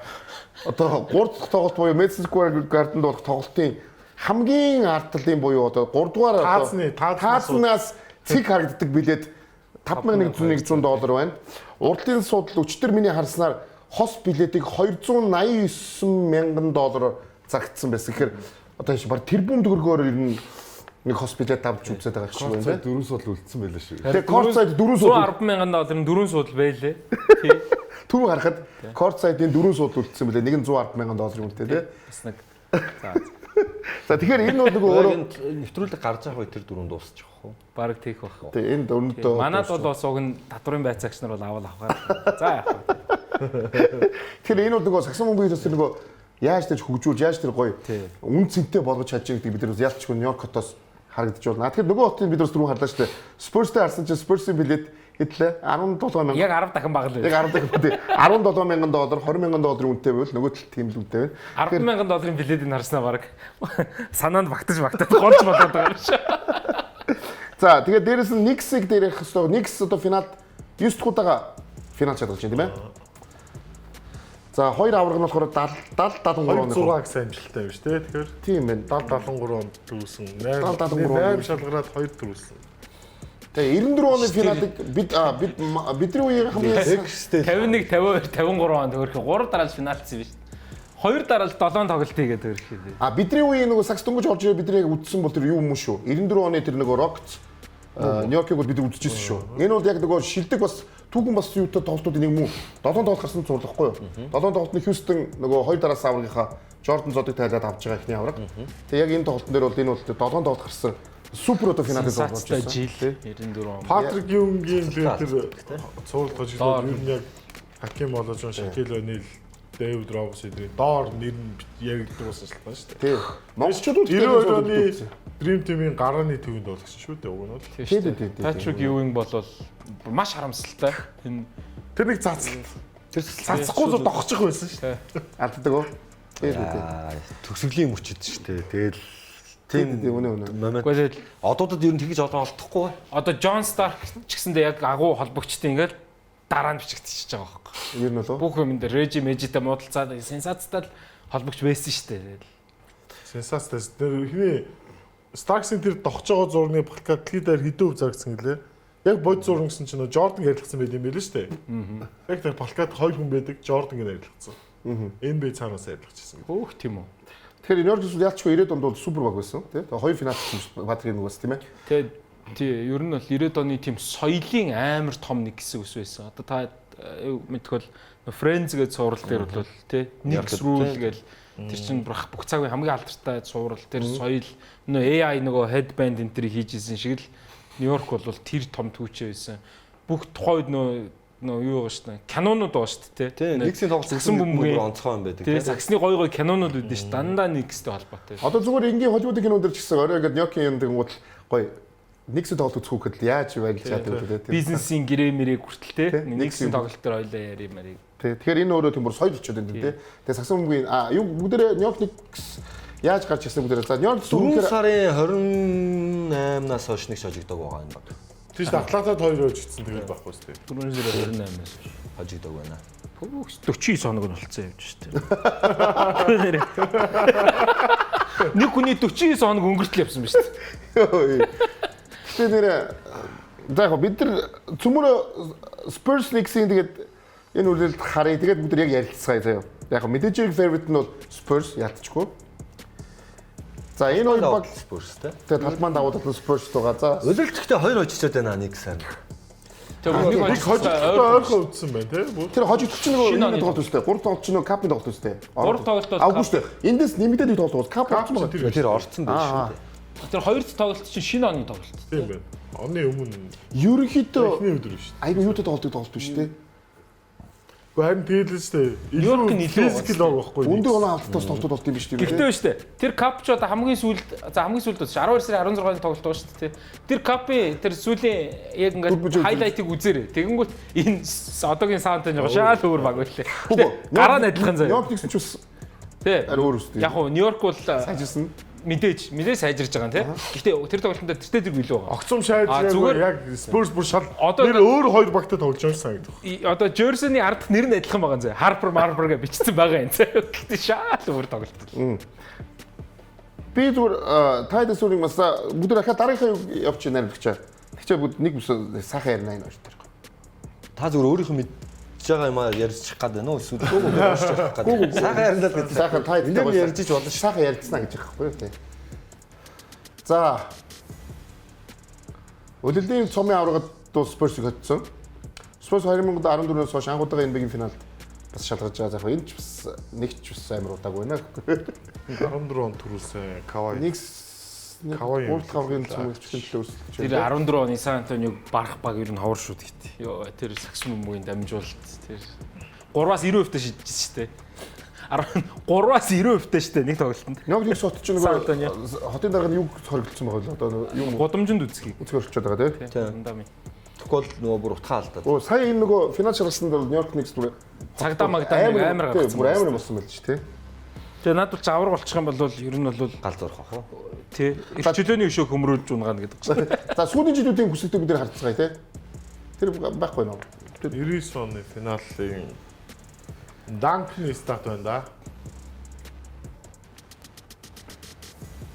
99 Тэр үеийн 27 оноо. Амар. Гэхдээ энэ 100 он авсан тоглолт байхгүй шүү дээ. Тийм. 100 он авсан тоглолт. 90 оноо Сүүлийн тоглолтыг бүр сандаг. Нөө Ален Хьюстон дунд нэг дохоод дундаас pull up хийдэг. 79-78 ч илүү. 78-77-оор дууссан. Тийм баг. 5 тоглолтын 4 нь харин 90-с доош оноо тавьчихсан. Тэгэхэд энэ нэг хүн чинь 27 гэдэг чинь одоогоор бол ерөөхдөө 35 6 7 8 оноо дундчилж байгаа л гэсэн үг. Одоогийн оноо авалттай харьцаа. Баг 40 юм шүү. За дээрээс нэг юм ярмаар сүүлийн жилүүдэд NBA шүү дээ. NBA ямар өрсөлдөөнтэй болж байгаа гэдгийг нэг зүйлээс мэдэж байна. Ингээд энэ жил орсноор 8 өөр баг сүүлийн 8 жилд авраг болчихлоо тий. Яг бол сүүлийн 8 жилд Spurs New York Knicks хоёр авраг аваагүй. Тэр 8 багт багтахгүй. Тэгэхээр 8 өөр баг NBA-ийн 30 багаас те 8 өөр баг бүгдээрээ өөрчлөгдөж авч ийн гэдэг нь өөрөө түүхэнд байхгүй. Угаасаа 7 дахь нь ч байхгүйсэн тий. Тэгээд ийм үзэлт болж байна. Тэгэхээр энэ маань иргэжил дахиад бүр 9 ч болж магадгүй биш үү тийм амарчаа. Вашингтон авраг авал 9 болж байна. Иргэжлэгтээ бас ер нь 9 болох магадлал бас байгаа шүү дээ. Харин хин дээр бэ гэдэг байна тий. Энэ 8 дээр нэмэгдэх юм. Гэтэ ер нь сайн багуудмаар 8 гэдэг чинь бас амар одоо байхгүй хөө. Одоо хэцүү шүү дээ. Үгүй яг ингэж болох юм. Энэ жил Knicks аваад иргэжил Spurs аваа. Тий тэгэж болно тий. Бас тий. Яг Spurs аваад дараа жилд Knicks хийж болно тий ер нь. Янсыг аваад. Тий болно шүү. Юу ч болж болно тий. Тэгэхээр энэ бол Knicks байж болох юм. Бид нар тэгэхээр Spurs хоёр ажиллаа. Одоо бол бид сагсан бөмбөгийн NBA-гийн хамгийн өрсөлдөөнтэй жилүүд бид нарыг үзэж шүү дээ тий. Ямар ч баг гарч иж магадгүй, ямар ч баг авраг болдог, ямар ч тийм барьцгүй ч гэж юм. Энэ багт баталгаатай гэдэг юм байхгүй болчиход шүү дээ тий. Zion огцом сайжраад New Orleans аврах авах гэж байна. тогтсон сайжраад. Тий, одоо гин тогтсон Юу сайжраад. болоосоо. За яг уу Миннесота энэ төр байх боломжтой юм уу? Өөрчлөлт хийгээд. За бас байж болно шүү дээ. Яг одоо плей-офф тогтмол үздэг багуудыг л бодож Тийм шүү дээ. Миннесотаг л бодож ин. Тэгээд бэртэл гэмтэл бас яагаад ч үлээ те. Зүгээр ер нь Миннесота явж бас болох юм. Тэгээд Миннесота явчих юм бол тэрний дараа жилд нь Детройт Даллас центр ороод ирж бас болох юм тий. Бас За одоо Детройт байж Детройт байж болно. Тэгэхээр боломж байна шүү. нэгээр гарсан баг эргэжил яага болохгүй. Одоо тэгэхээр нэг үндсэн нэг мэрий гэж бодож байна. За таамууд чи 4 жилийн юугаас би авсан байхгүй юу? Урьдчилаад хэдэн өвтэй гэсэн та нөгөө Spurs гарах юм бол хэдэн өвтэй, Окси гарах юм бол хэдэн өвтэйгээ ярьсан шүү дээ. За би ч нэг өөрөө гэсэн нөгөө бүр албаар бүр андердоггийн. Тэгэхээр та тэгэхээр үнэн байлээ. Лас Вегасаас гаргацсан юу гарцсан байгаа. А 60-30 байгаа шүү дээ ер нь бол. Одоо магадлал нь. Нью-Йоркийг суучих магадлал бол 35-тай 30-аас 35%-тай л байна лээ. Тэгэхээр яг энэ дэр би асууя гэж бодож байна. За Нью-Йорк нэг суучих магадлалыг андердог нь бол Нью-Йорк байгаа. Яг амаржин бол Спurs гараад ирвэл 50-50 гэсэн. Тийм чи 50-50. Үксээ гараад ирвэл үксээ 70-30 үксээ. Би бол бүр андердог нь болохоор яг одоо энэ финал дээр би бол Нью-Йорк нэгсийг хоцчоос гэж бодож байгаа. Хоцчоос гэж бодох биш та магадлалаа хэдэж өгч. Магадлал гэх юм бол Spurs-тэй байгаа гэхдээ би бол одоо дэмжинэ гэдэг дэмжин тийм энэ удаад одоо яг 65-35-ын хүлэн зөвшөөрж байгаа гэхдээ 35 нь хоцчоосоо гэж бодож байгаа байхгүй юу? Тэгээ болоо. Илүүрг бол хин ч Spurs хин хоцчоосоо гэдэг дээр магадлал өсөх. Гэхдээ би бол гэхдээ зөв дотор өөрийгөө гэхдээ за байж яриад дуусгах. Яа ийм байхгүй. Одоо Нью-Йорк Никс Сан Антонио Спурсгийн хоёр баг финалцсан баг бид нар Нью Орлеанс Вашингтон Уизерс яриа суугаад байгаа байхгүй юу? Бид нар одоо Spurs багийн давуу тал сул тал юу юм? Нью-Йорк Никс багийн давуу тал сул тал юу юм? Энэ хоёр багаас энэ цувралаас ямар баг нь ямар давуу талаар яаж тоглох юм гэдэг ийм зүйлийг бид нар яг энэ финалийн өмнөх дугаар дээр ярих хэрэгтэй байхгүй юу? Би асууны төдийчин цагшин дуусчлаа. Үгүй яг утаа. Тэрийг би ярьсан. Би мань ярьсан. Одоо их асуух гэж байгаа байхгүй тэр чи. Тэгээд би хамгийн гол асуусан 35% за 65 гэж штэ. Нью-Йорк Никс хожих боломжийг л би асууж штэ. Сахлууд баяс байсаа. Би хэлсэн штэ над бол хамаагүй. Нөгөө аль нь ч гарсан ялгаагүй 30% л байгаа гэдэг. Spurs очно л гэж бодчих. Чамд Нью-Йорк Никс ямар ч одоо юу давуу тал байхгүй гэж бодож байгаа юм уу? Түрүүний дээр физикал юм уу? Оо давуу тал байгаа байлгүй байдیں۔ Би 30% байна гэж чинь тодорхой магадлал байгаа нэлсэн үг үстэй. Зүгээр би зүгээр энэ плей-офф Spurs нүдэн дээр ингээд яаж сайж баг яаж учраа олдгийг сагсан мөн яаж нүдэн дээр сайжиж болдгийг бэ гэдгийг харлаа. Маш их богиногцсон. Анартай. За одоо ийм шүү дээ. Миний яг ер нь сагсан мөнгөшөр нийт спортын тамирчдын оргил нас яг 27, 28, 29, 30 насн дээр байдаг гэж боддог байхгүй. Тэр нь юугаар гэхээр туршлага болон сэтгэл зүй, биеийн хүч бүх юм ингээд цогцлоо. Яг ийм. Яг энэ насн дээр Нью-Йорк Никсийн бүх гол тамирчид нь яваа. За би энийг нэгдүгээр Нью-Йорк Никсийн давуу тал болох гэж бодож байна. За хоёрдугаар гэх юм бол 53 жил энэ аврагын цомыг үргэхийг Нью-Йорк Никс багийн тэр бүхэл бүтэн хот бүний тамирчид багийн дасгалжуулагч юу гэдэг фэнүүд бүгд хүсэж байгаа. Энэ маш их тийм ирч хүчийг Нью-Йорк Никсийн тоглогчдод би өгөх болоо гэж бодож байгаа. За энэ бол нэлээд том давуу тал болно гэж бодож байна. За Нью-Йорк Никс ямар ч багтаа таарсан нэг хамгаалтан дээр давуу тал байдаг. Ямар ч багийн эсрэг матчапуудаа тааруулах боломж юм байна. Одоо ер нь бол хамгаалтан дээр тавих боломжтой аягүй сайн тоглогч нар байдгаа гэсэн үг. За тэгээд бид нар Мичл Робинсны гимтийг ярих хэрэгтэй. Тоглохоор болсон. Тоглогчоор тоглох болсон уу? Тоглохоор болсон. Эхний тоглохоор болсон тий. Чичуурны гимтэлтэй гэхдээ Мичл Робинсон оноо авах биш тэр хамгаалтын самбар, тоглооны самбар тэр багтаа өгж байгаа тэр хамгаалтын давуу талыг Мичл Робинсон 15-20 минутанд хийх боломжтой. Гэхдээ ийм зүйлийг Нью-Йорк Никс ярих хэрэгтэй. За хака явах бол өгөөдлөөс Мичл Робинсон дээр тэрийг хизээ явах нь амар чухал. Жишээ нь өнгөрсөн суурал дээр 4-р үе дээр явах бол ашиггүй байна гэдгийг бол харсан шүү дээ тий. Тийм. Суулгаал өөр хүмүүс нь шидчихэж шүү дээ. 2 минут суулгаж 4 боссны дараа суулгаж. Өөр юм. За Сан Антонио Спурс багийн давуу тал нь хаана гэхээр за мэдээж Вэмби байгаа. За тэгээд мэдээд урдлын шоуны хамгаалалт яг Шейг 24%-тэй 40%-тэй довтлуулсан тэр хамгаалтыг үргэлжлүүлээд Джейлен Брансон дээр хийн. Тэгэхээр Карл Антони Таунс яг одоо хүлээлтэнд хүрсэн энэ плей-оффын зураг хийсэн тоглолтуудаа хийж чадах болов гэсэн ийм асуултууд гарч ирэн. За Spurs сэтгэл зүй ямар давуу тал байгаа гэхээр мэдээж өнгөрсөн жилийн NBA авраг багийг хоцсон сэтгэл зүйтэй 7 тоглолтыг даваад гараад ирсэн баг бол мэдээж all time high сэтгэл зүйтэй байгаа гэж бодож байна. Гэхдээ миний хувьд энэ цувралд 6 тоглолтод Нью-Йорк Никс багийг хожих болов гэж бодож байна. Чи энэний түрүүнд асуухад юу гэж өгчлөө? 47-д асуугаад энэ араа Spurs-ыг 7 тоглолтод хожино 6 тоглолтын жилд хожино гэсэн таамгийг өгсөн байсан. Нью-Йорк Никс Spurs 2 дээр бол би Нью-Йорк Никсийг яг илүү жоохон туршлага тэр нэг одоо юу гэдэг Тамирчдын яг одоо арай жоох юм mature болцсон байгаа нь би Нью-Йорк Никс багийг байгуулах гэж бодлоо. За тулгаа. Андрустай санал нэг байна. Тиймэрхүү давуу талууд мэдээж байгаа. Тэгээ дээр нь нөгөө одоо Чет Хомгриныг одоо Аноноби илүү бие хүчтэй нэг намхан ч гэсэн бие хүчтэй болохоор төвхтэй хамгаалагч болно. Тэгээд Мич Робинсон бас бие хүчин тоглолт сайтай. Тэгээд Вембитэй магадгүй хамгийн ойртож байгаа өндөртөө нурууны өндөртөө тоглогч нь Мич Робинсон. Одоо Вемби анх удаага өөртөө арай дөхөм ийм бие хүчтэй мөртлөө нуруулыг тоглогч Мич Робинсон бухаараа өрөө зөксөхөр. Тэгээд тийм хамгаалагч эсрэг тулна. Тэгээд Карлон тийм таавч гэсэн Четиг бол илүү бяртай. Тэгэхээр сөрөг тал Вембигийн тэгж бодогдтал бод OKC-д ингэж илүүрхсэн шиг илүүрхүүлэхгүй байх магадлал байгаа. Гэхдээ Кат Мич Робинсон хоёр хамтаа талбад яг нэг нэгээрээ байх уу гэдэг бас их сонирхолтой. Хэрвээ нэг нэгээрээ л Вемби бол одоо Мич Робинсныг нөгөө Эмбид нэг Мичлийн эсрэг тоглоод ингэдсэн адилхан нэг арай өөр шидэлтэн дээр тулгуураас тоглоод ч юм уу Кат ирүүл доор тоглолт ч юм уу иймэрхүү өөрчлөлтүүд ирэх болов уу. Чигтэй юу спорт байгаа тийм. Одоо Спурс байгаа тийм. Спурсыг хожно гэж бодож байгаа. Яг тэгэхээр өнгөрсөн дугаар дээр тэрүүг Спурс гараад дэрвэл Стефан Кайсел, Дэвн Эсэл, энэ Шампани, Дилэн Харпер гэдэг зэрэг энэ урд чугны хамгаалагчид нь Джейлен Брансын тоглолтыг Джеймс Хартнаас илүү хамгаалнаа л гэж найдаад байгаа байхгүй. Тэгэхээр Джеймс Харт одоо Нью-Йорк Никс би бол энэ плей-оффт ямар ч дарамт мэдэрсэнгүй. Ямар ч юм аврагын төвчний багтаа тоглосонгүй. Тестлэгсэнгүй тийм. Муу багуудтай тоглолоо. Эсвэргээрээ Спурс ер нь их зовж гарч ирлээ. Яг зүр бас тэгэхээр тэр нь бид нар Никсийг би бол хувьдаа Никсийг тийш хараад байгаа байхгүй бодит өрсөлдөөнд тулаагүй. Гэхдээ тэр нь Никс яг бодит яг мөн чанарыг харлаагүй байх нэг эрсдэл. Магадгүй Никс зүгээр Спурсийг хийж байгаа аврагч. Бүр потенциал нь амар ч юм билүү те. Бас мэдгүй те. Мэдгүй. За амарч. Тэгээд дараа нь би таамга 3-3 гэж өгмөр байна. 7 тоглолтыг тэнгэр мэддэг гэж. 7 тоглолтыг тэнгэр мэддэг гэж өгмөр байна.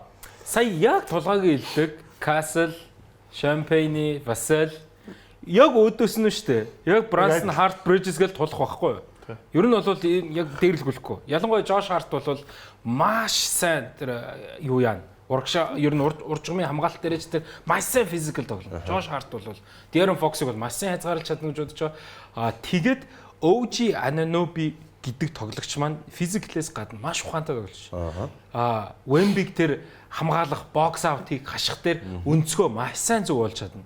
Тэгэхээр би бол яг мэдээж тэр ялгаа нь мэдээж Вемби Катасаа илүү, Мичел Робинсноос илүү байна. Мичел Робинсны тэр чигчийн хуруу бол яг одоо ингээд гараа талбай дээр 10 тоглогчийг харах юм бол чигчийн хурууны гэмтэлд хамгийн бага импакт авах юм бол Мичел Робинсон гэж бодож байгаа. Нэг шидээд авахгүй яг тэ физик зүгээр хамгаалж байгаа самбарны доороо бөмбөг авч байгаа гэдэг утгаараа. Тэгэхээр яг тэнцүү бол тоглох бах.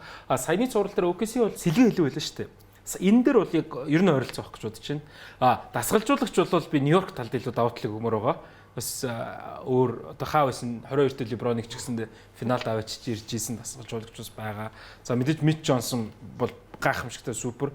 Талбайн давуут бол Спурс 7 тоглолтын баг 5 ч юм уу 6 Спурс Нью-Йорк тоглохоор хэмжээнд. Талбайн давуутлыг би бол бүр Нью-Йорк дөгмөө. Тийм ээ, Нью-Йорк чинь тийм баг юм байна. Тийм. Нью-Йорк талбайн давуутлаа шүү. Гээд ингээд үзэх юм бол аимшигтай давуу тал байна. 99 онд байсан тэр Сан Антонио Спурс багийн соёл одоо хүртэл яг хിവэрээ явж байна. Ерөөсөө тэрнээс хойш Попович харваад тэрнээс хойш нэг л дасгалж байсан. За Нью-Йорк Никс бол тэгэхэд бэккорто хэдэн удаа сойсон, хэдэн дасгалжуулагч сойсон ингээд 99 оноос хойш ер нь бол бүтэн 20 жил дандаа фейлдсэн. Одоо тэгэхээр эдрийн хувьд бол одоо ер нь ойрын 20 30 жил гараж ирээгүй боломж гэж болохоор алж болохгүй боломжлолцоод байна. Яг ерөөхдөө юм байна. 27 жилийн өмнөх нөгөө яг плей-офф байсан багаас нөгөө багаас нь Поповичийн багт байсан юм билээ. Нөгөө багаас нь Брансны аав их тэр багт байсан юм билээ. Брансны аав гэхдээ хүмүүс амар ингээ сошиалар яг байсан юм билээ тий. Талбай дээр 10 секунд л 5 тоглолно. 10 секундчтэй 5 тоглолно. Багт л байсан гэж ярина шүү дээ. За би дөрөвнөө байлч за хитгэе нөгөө юусан мэж бодгоо нөгөө ягаад гэвэл яг favorite зүүнд буруу болчихдгоо. Favorite нөгөө Spurs мөн үгүй мөн. Тэр favorite мөн гэдэг чинь одоо Las Vegas юу гаргаад ирсэн ба шүү дээ. Энэ нь favorite нэ жан тав тоож магталтай гэдэг.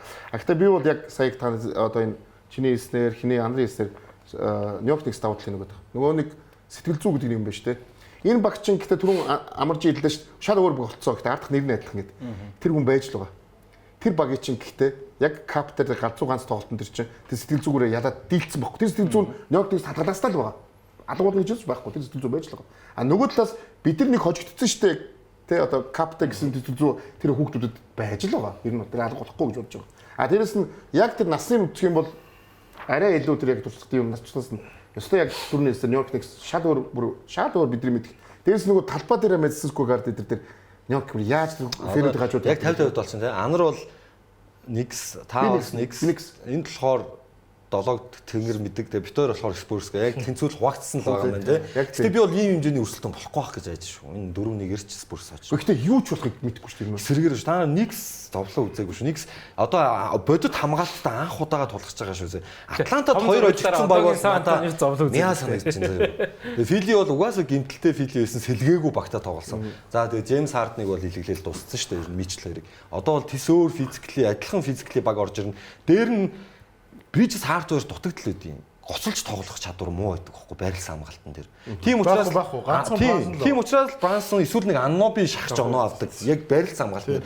Тэгээ Кат шүү дээ. Бас яг тэр оролтууд нь аюу учир дутагдaltaй. Яг нэг баруун тохиол дайрдаг өөр нэг шидэлт нь орохгүй бол аюу хэцүү заа. Ер нь бол оноо авалт тийм амар шээс. Тэнгүүд одоо чи Спурсийн хамгаалтанд давуу тал өгөхөр Вембигээ бодтой талбанд ганцаараа үлдээгээд дөрүүлээ бокс аутыг хамгаалцдаг байхгүй юу.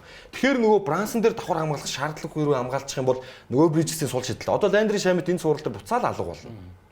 Кливленд эсрэг байсан учраас Ландри Шамитэд сул шидэх боломжтой бол одоо сайн тоглосон. Ингэж бодоод байна л да. Тэгээ сэлгээ уучлаарай Никсийн сэлгээ хаан чөрөхгүй шүү Спурсийн сэлгээ нэ. За яг үгүй би Спурсийн сэлгэгч тийм амар гэж бодохгүй байгаа учраас тэгж байгаа.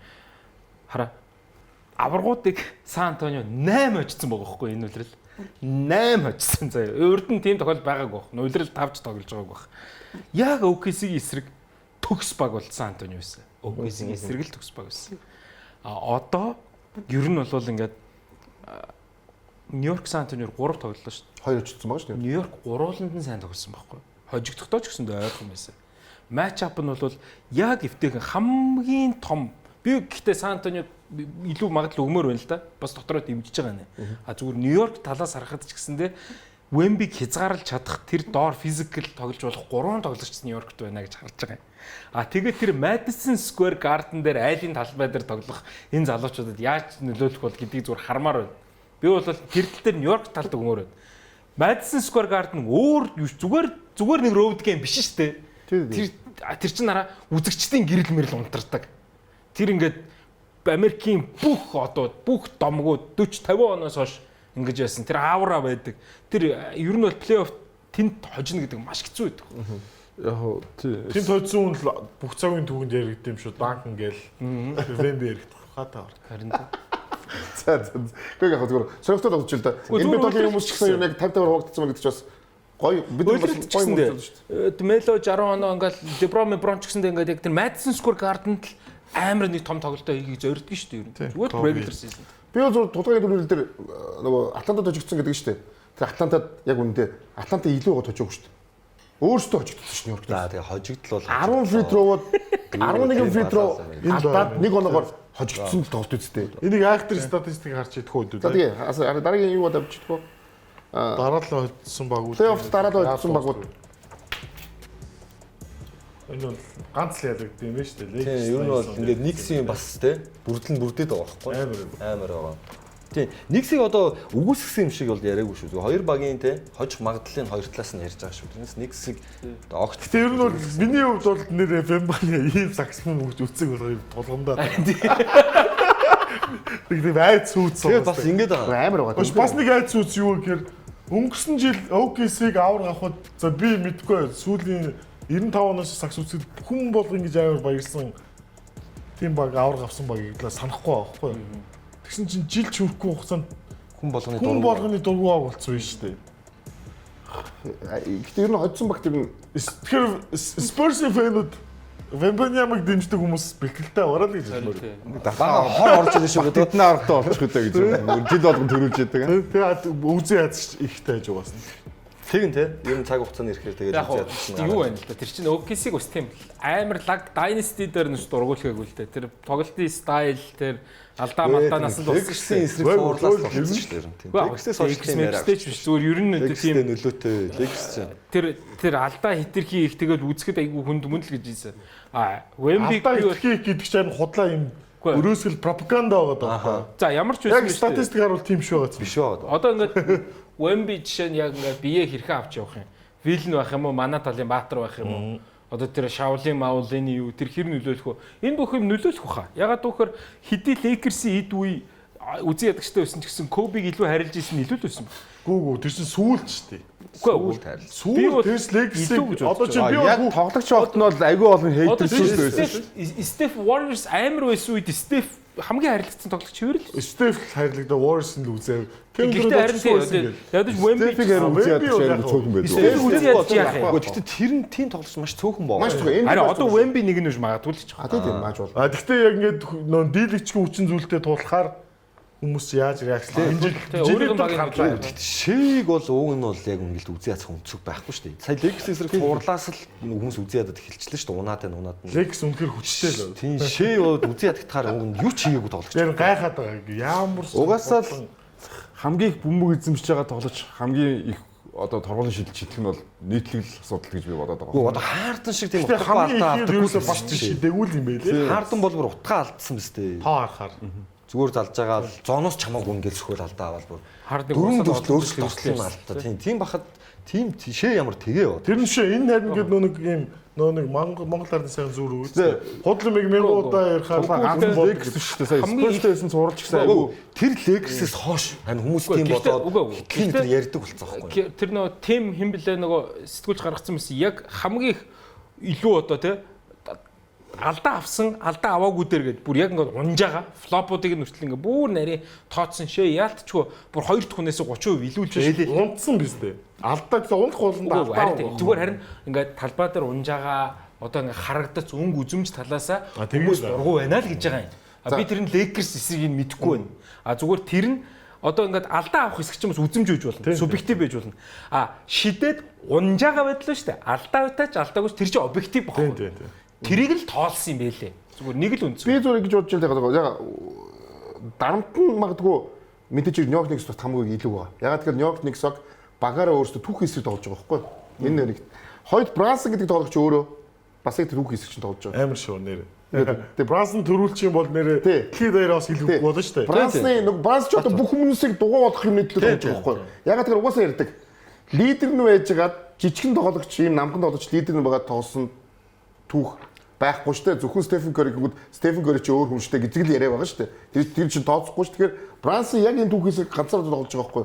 Тэгээ бүгд одоо яг тэр нөгөө дараагийн юмыг өгөөч навигдчих чадрыг хаа. Дэрэг Житрийн төвшөнд очиж магадгүй гэж байна шүү. Хэрвээ аваа. Нью-Йоркт бол тэр чинь юм рүү. Тэр чинь Дэрэг Житрийн бол 20 хаваа аврахтаа шүү дээ. Тэр чинь аим шүү дээ. Тэгээ Нью-Йорк Янкис гэдэг чинь бол өөр төвшний шүү дээ. Бараг 22 3. Гэтэ энэ яг хүссэн хүлээсэн аврагыг авчих юм бол нэг аврагаараач тим юм болно шүү. Яа тэр Дэрэг Житер чинь 5 Янкисийн домогч гэсэндээ Янкис чинь бүр мөнгөөр явж Ноицкитэй л адилхан л аврагал юм шүү дээ баг. Тийм бол. Яг Ноицки насаараа зүтгэж байгаа жоохон төгсгөл хавьдаа авсан. Бүсгүй шийдэл нөгөө Бранснаас бус тоглож шийдэл Брансон чинь баг 100 сая долларын 100 сая доллароос татгалцсан шүү дээ бүр.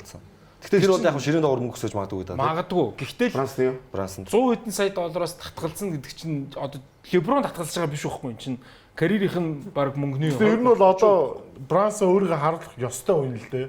Сая 100 гэдэг бас яг үндэ зүгээр Брансонгийн хүссэн багийг бүрдүүлээд өгсөн байгаа яг. Тий. Найстрийн авчирлаа. Тий шүү дээ ер нь. Самбрын тоглолт чинь сольж өглөө. Одоо Брансонд бол ямар нэг одоо excuse байхгүй. Гэтэ түүхээ авах юм бол яг энэ багийнхаа цалинг хасаад ингэсэн тоглогч нар авраг авдаг түүх их байгаа шүү. Их байгаа. За хамгийн ихний жишээ нь Дуэйн Вейд тэр цалингаа хасаад хин Леброныг аваад Данкан авсан. За хоёр хамгийн сүүлд Стефен Кори өөрийнхөө цалинг хасаад Клей хингийг авч Гримнийг авч үлдээд Dynasty үүсгэсэн байна. Одоо Брансон Новицки байна. Одоо бид Брансыг бид амар тоглолчтой ярьж байгаа шүү. Тэгэхээр яг энэ өнөөдөр магадгүй тэр юм нь биелүүл тэгэхээр бас Нью-Йорк Никс нэг юм бас өөр нэг юм байна. Сан-Антонигийн тал Гэлэма байгаа тий. Нью-Йоркийн тал Паблан байгаа. Виланова нэг юм түрүү нөгөө яасан. Вилановаг төгссөн. Тэгээд Bridges, Hart, Branson 3 ч Виланова. Түрүү нөгөө шашны юм боллоо.